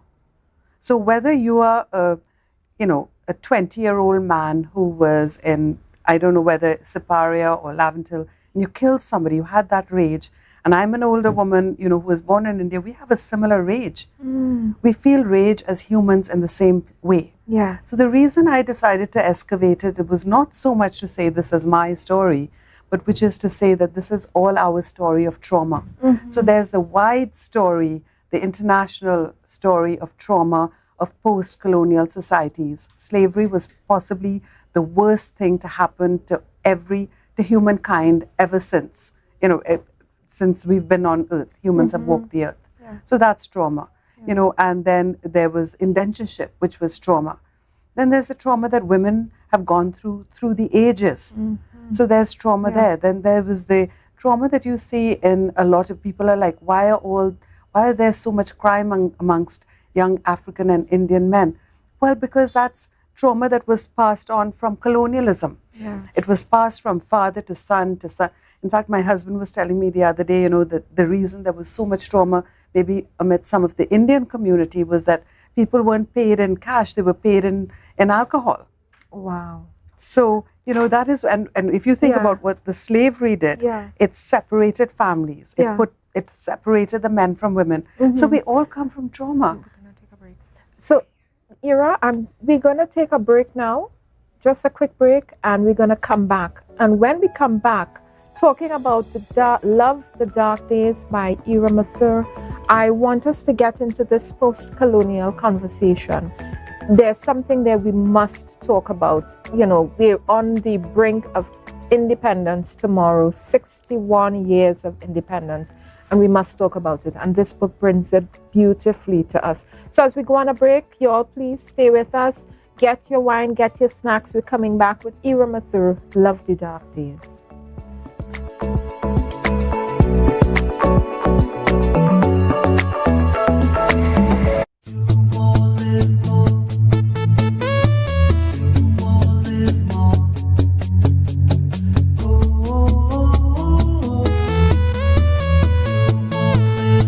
This is how it's gonna go. They better look up below, 'cause this is your show, and everybody's gonna know. Say it to them once again. They better look up below. This is your show, and everybody's gonna know. That's how it's gonna go. They better look up below, 'cause this is your show. Live more. Mamai Lakai Home Services. We specialize in cleaning of carpets and rugs, mattresses, living room and dining room sets, vehicle detailing, cleaning and sanitizing of homes and commercial spaces. We also do landscaping and tree cutting, pressure and power washing, floor care, fumigating and air purifying. You can also call us for professional painting services, babysitting and adult sitting. Call us now, 333-4430 at Mamai Lakai Home Services. We take cleaning to another level. Everybody only worrying. Never ever worry. Don't mind how things looking hard. I tell them never ever worry. If your lights can't get damaged bad. I tell them never ever worry. What I'm saying is true. So just consider, Tatil is always right here for you. I tell them never ever worry, don't mind if life make you sad.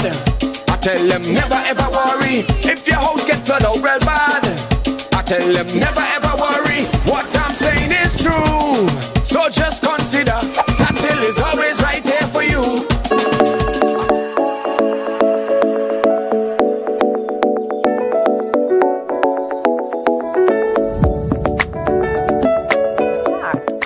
We're back with the author. Ira Mathur, Love the Dark Days, and we're going to just very, very quickly have 2 minutes of conversation before we go back to Jay and Brunch. Ira, please take us into the section where they're talking about moving to Tobago. Sure. So we're in Bangalore in India, and my grandmother, my mother, and my father are sitting in the drawing room, and they're talking about where they're going. So my grandmother says, "Where is it, Ved?" And my father says, "A tiny island in the Caribbean, south of Miami, a former British colony, like ours. Their Prime Minister, Eric Williams, is an Oxford man. They have oil. They've commissioned a highway." Eric Williams, I had to let her read that part because as we were discussing earlier, Ira, we're heading into Independence celebration tomorrow. There's going to be marches and parades and all of that. But we don't want to forget the reason why we're here, right, in celebrating independence. It wasn't just Eric Williams. You know, he had a whole slew of support. But he was, for me, in terms of the conversation, the driving force for that idea of independence. And really and truly, across the Caribbean, we're celebrating independence. Some of us together and some of us have different timings, right? Like Barbados is in November, but a lot of other islands are celebrating independence in August. And I love that conversation that we started about post-colonialism, because, a lot of people talk to us about what independence really is. Is it this he envisioned? Tell me your thoughts on coming from India to Tobago, Trinidad and Tobago, as a twin island republic. Are there similarities, you think, between the two in terms of empire heading into independence? Are there similarities in terms of what we're celebrating and what we're seeing? Totally, because I think that what the British did, for us, in both our cases, not only did they pillage, whether it was for oil or whether it was, in this case, it was cocoa and sugar. And in India, of course, they took a lot.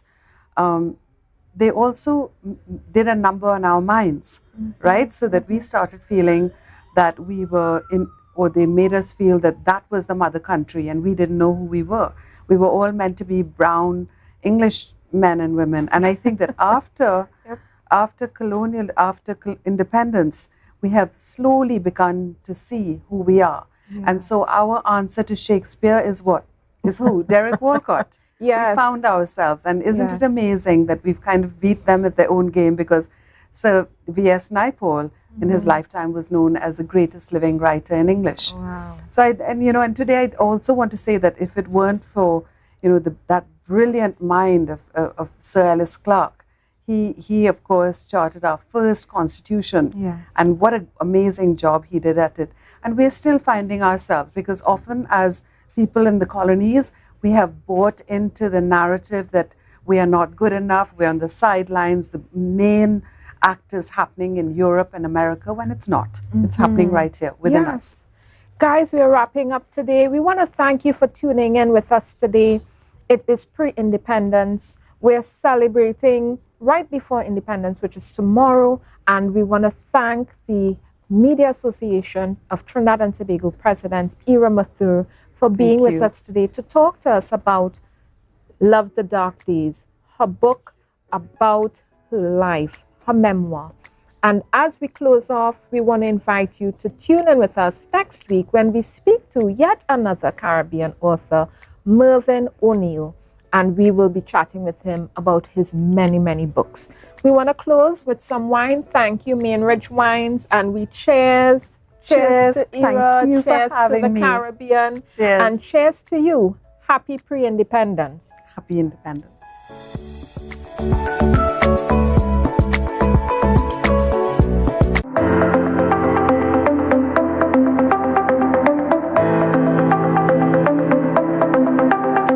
Full Disclosure with the executive every Thursday at 8 p.m. only on Tobago Updates. Real questions and honest conversations with the sole aim of keeping you fully in the know. Full Disclosure with the executive every Thursday at 8 p.m. only on Tobago Updates. It's a different type of thing down there. And we party till we drop down there. With a lot of pretty girls down there. Down in Tobago. If you see or know about a crime, report a crime safely and anonymously. Call 800-TIPS. Help stop crime. You can play your part safely and anonymously. Report a crime. Earn a reward. Call 800-TIPS. Help stop crime. Be a hero, champion, fearless citizen. Be a crime stopper safely and anonymously. Call 800-TIPS. Help stop crime. But this place so boring enough. We don't even do nothing. Let me go somewhere now. I really want some new things, yes? Then look no further. Portmore is the place for you. Oh, really? Yes, you can have anything that your heart desires. Take a look for yourselves. A world of endless opportunities. Feeling hungry? Go get something to eat. Books and stationeries, games, and much more. Portmore, the island's beat.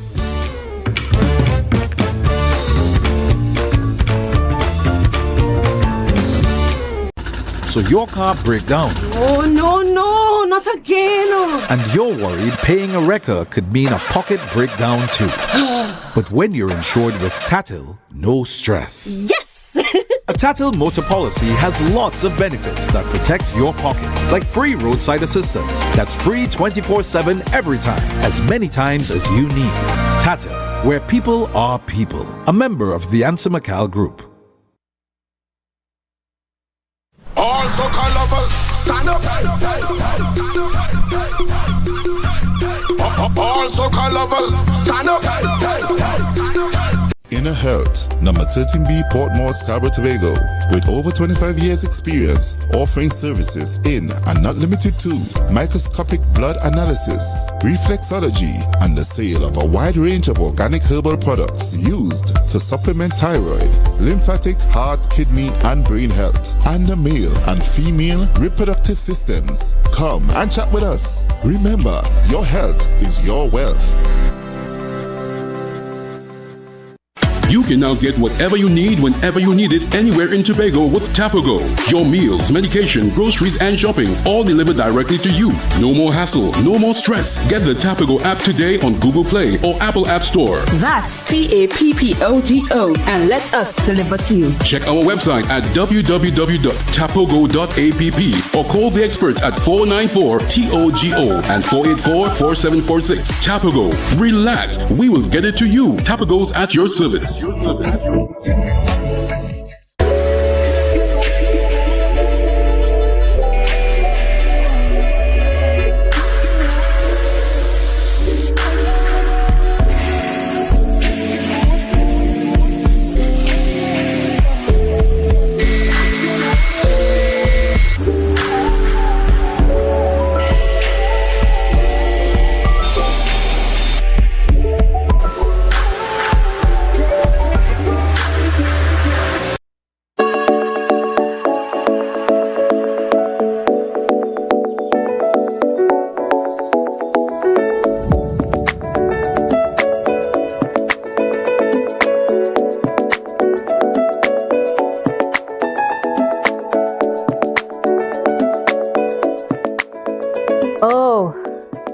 My beautiful kings and queens, I love you so much.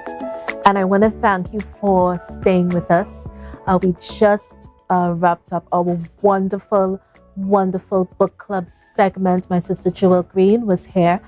And most of you may know Miss Ira Mathur. Ira is one of those accomplished, she's a staple in media and media productions. She was a television anchor for many years. And we just want to thank her for giving us of her time. And we wish her success in whatever she endeavors to do moving forward. You know, we talk about so many things on Brunch, A Taste of Tobago. And today is no different. I am so privileged. I am so honored. I am humbled. There's so many synonyms I can spew out right now, but I would be here all day if I had to do so. Now, my next guest is so humble and so very creative, but there's a cool confidence along a path strengthened by faith and tribulations. And you know, it's always a pleasure speaking with persons in this space. You may know her as Janelle Osborne, and she joins us here today. But we know her as Queen Omega, and she is here with us today on Brunch, a taste of Tobago. Queenie, what's going on? Greetings. I'm blessed, Yeah, humble, and grateful. yeah. I'm so humbled. You are immensely creative, talented, you know, but I love the fact that you keep your humility. You're very humble. And that is an attribute that it's rare to find artists of your caliber that manage to stay humble, you know, and that is one thing I just wanted to highlight that. I just wanted to bring that to the forefront. You have been doing so much for music on the island, on the country, and some people still may not even know who you are. So today we're going to try to delve in just a little bit, you know, on who is Queen Omega, you know, your albums, Freedom Legacy. Oh my gosh. You feel the vibration before you even start singing. And that's not an easy thing to do. So it's a spiritual thing. Yeah, it's a resonance, it's an upliftment, it's empowering, it's informative, you name it, and you have all of that bottled into this one human being who's sitting here, and she looks so quiet, but when she bursts on the stage, Olia, hey, you have to stand up and take notice and listen. So, Queen, thank you so much for being with us. We just want to touch on, you know, the fact that you had your album launch was supposed to be happening in Tobago.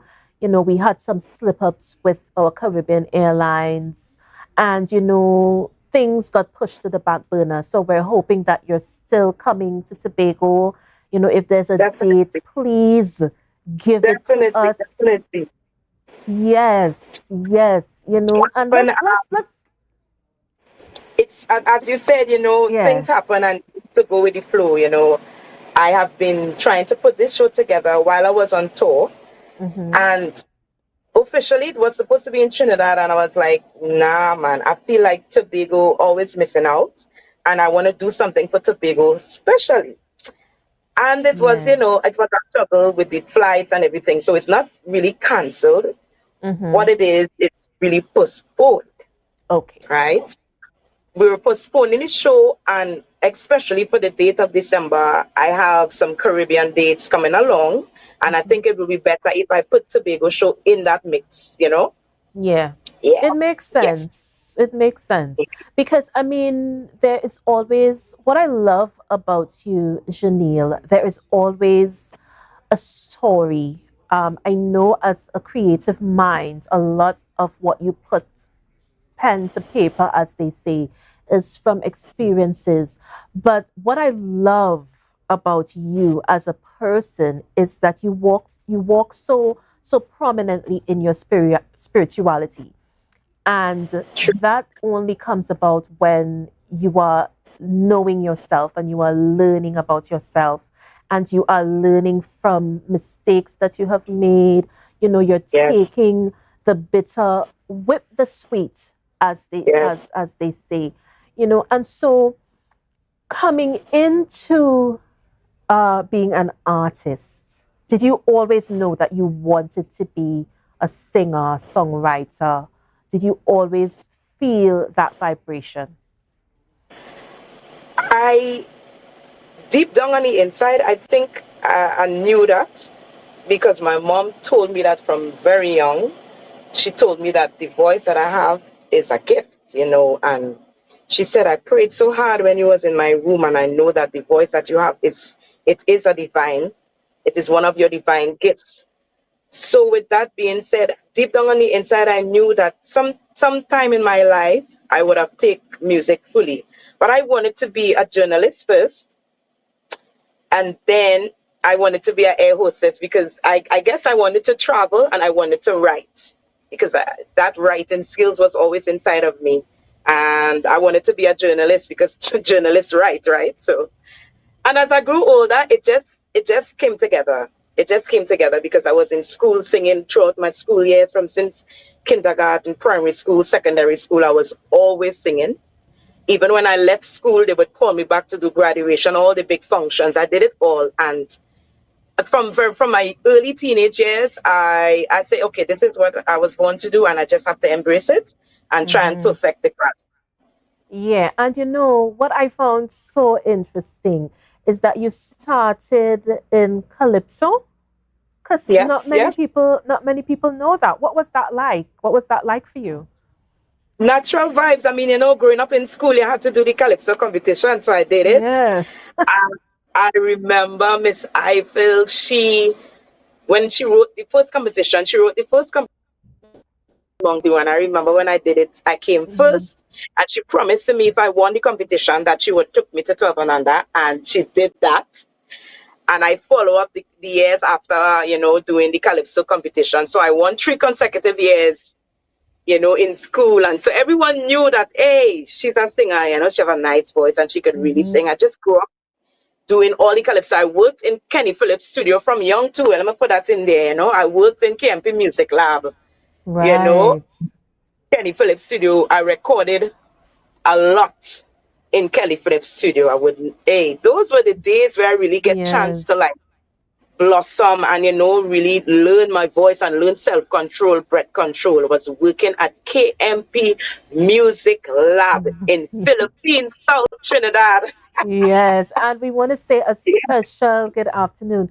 Oh my gosh, Kenny Phillips is like a household name. Most of the artists that we speak with, he has had his hand somewhere, some place, some time in their career. So, Mr. Kenny Phillips, thank you so much for helping. Thank you so much for contributing to our culture. Now, Queen, to me, you are already reggae royalty. You're already a reggae queen to me. But you're also a Caribbean music maker. It's like you embody everything that it means to be a Caribbean woman. Freedom Legacy was one of those albums that it took you on so many journeys. It was up, you were down, you had to look within yourself, and there's one part of one of your mind-blowing compositions. Cannot let nobody see you down, down. You see, when that comes on, it's like you just need to just take a breath and just sit back and just listen, because it speaks to so many of us, so many of the trials and tribulations that we go through in life.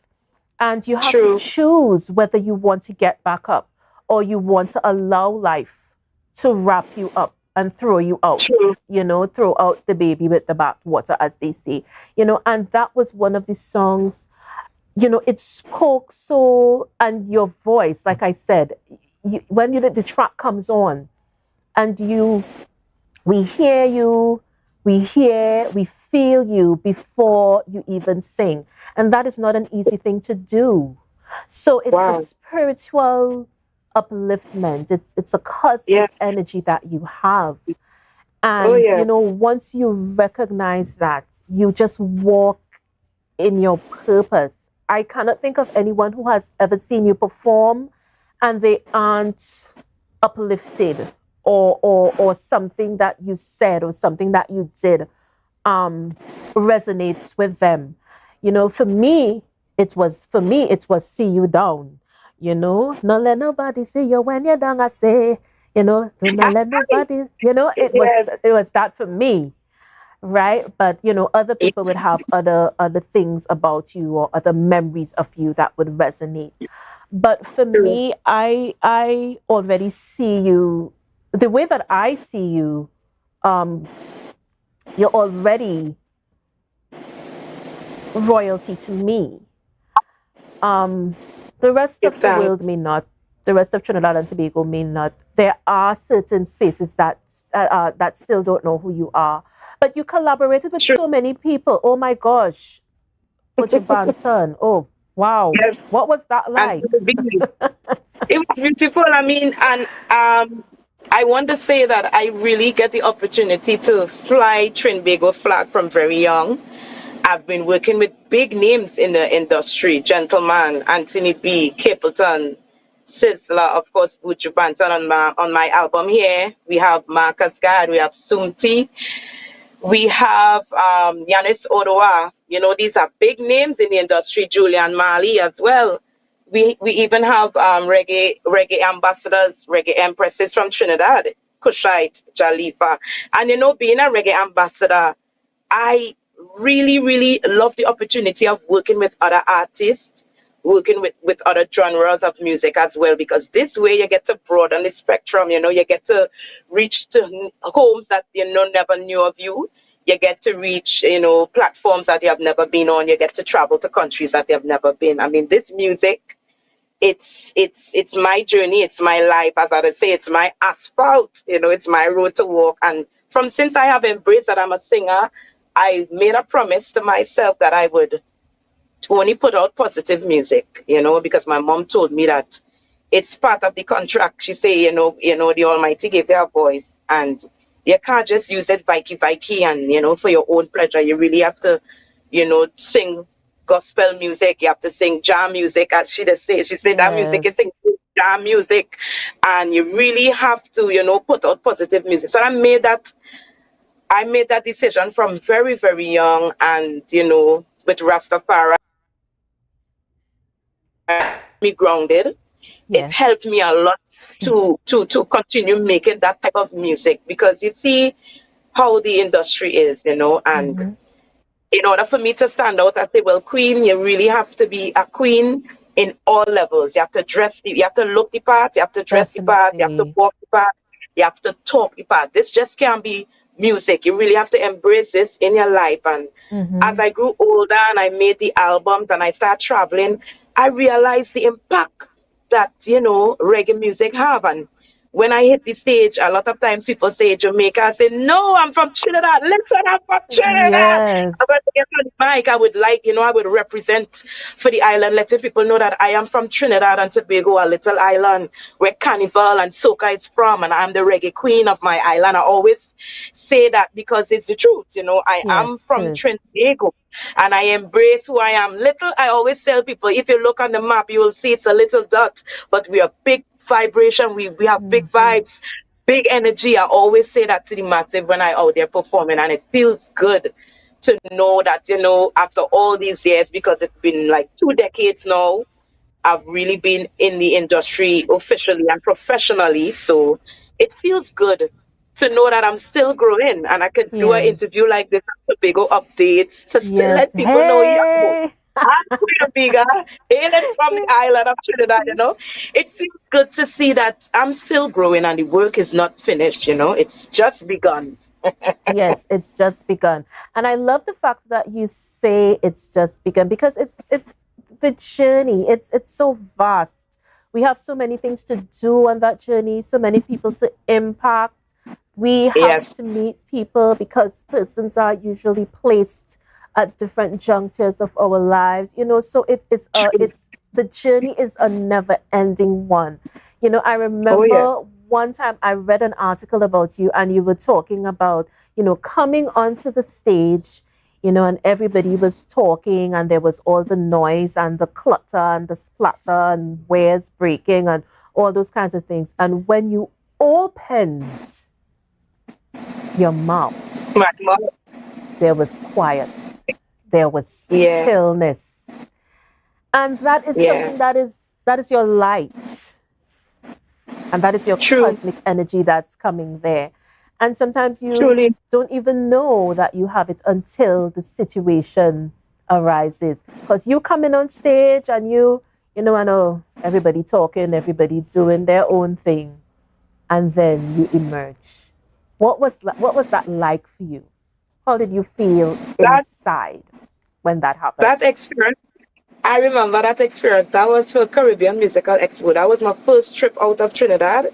And it was, well, of course, Kenny Phillips was responsible for that. Kenny, big up yourself. Because he always say, I will take you to Jamaica. You like them dancehall music? Because I always used to be doing it. I always used to do it. You know, in that time, in the 90s, early 90s, dancehall was so, you know, it was so prolific. It was there. Everyone was doing dancehall, listening to dancehall.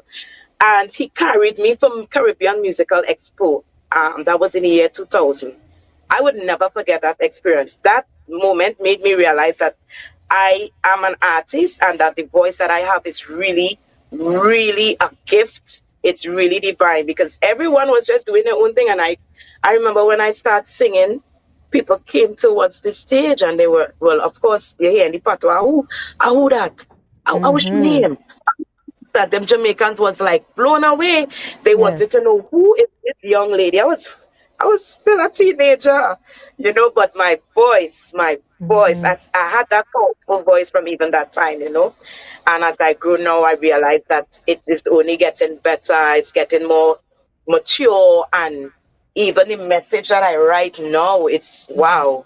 As I grow, even my writing skill is growing because I realize that the music is impacting people and it's touching lives. And I understand the responsibility I have as a musician, you know, as a musical teacher. I don't really say I'm an artist. I really consider myself a musical teacher because I take time when I write. And sometimes I go into the scriptures when I have to write because sometimes I hear it. A verse and I don't want to misinterpret, you know, I have to say the right thing. So I go into the scripture, like, wait, boy, where this verse is, boy? Turning them pages so that I would not miseducate or misteach, you know? Yes, definitely. So it's a journey. It's a journey even for myself. Even some of the music that I write, when I listen to some of my music, I get goosebumps and I like, whoa, Queen, this thing bigger than you. Yes, This is you being used as a vessel. Yes. Yeah. But what do you want to say to the viewers? We're getting ready to wrap, but if you had to leave a message or a positive word, what would you say to us today?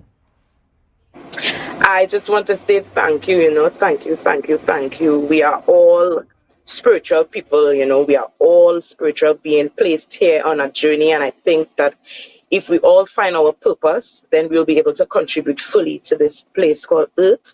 This space and this realm that we're living in, because this universe is beautiful. Everything was created for us to full joy. So let's connect on all levels and live our fullest life, you know, on the highest that we can, which is love. Love, which is vibration, you know? Yes. And on that note, we wish you so much blessings from our family to yours. Love, peace, and light. And we want to thank you so much for being with us on Brunch. We are looking out for you in December. As you said, we are looking out for that album launch. We want to hear you. We want to feel those vibrations. So, Queen, thank you so much for being with us, and blessings to you. Yeah? Thank you so much. You're welcome. Yes. Thank you so much for staying with us. So, guys, that is it for our show today. Thank you for watching our Brunch, A Taste of Tobago. But before I leave you, I'm going to just hit you with our trivia question one more time. And it reads, the Tobago Mainridge Forest Reserve is the what rainforest in the Western Hemisphere? We're going to bring that question back. But for now, we say peace, love, and light, and blessings to you. See you Friday for more Brunch, A Taste of Tobago. Bye-bye, and have a blessed day.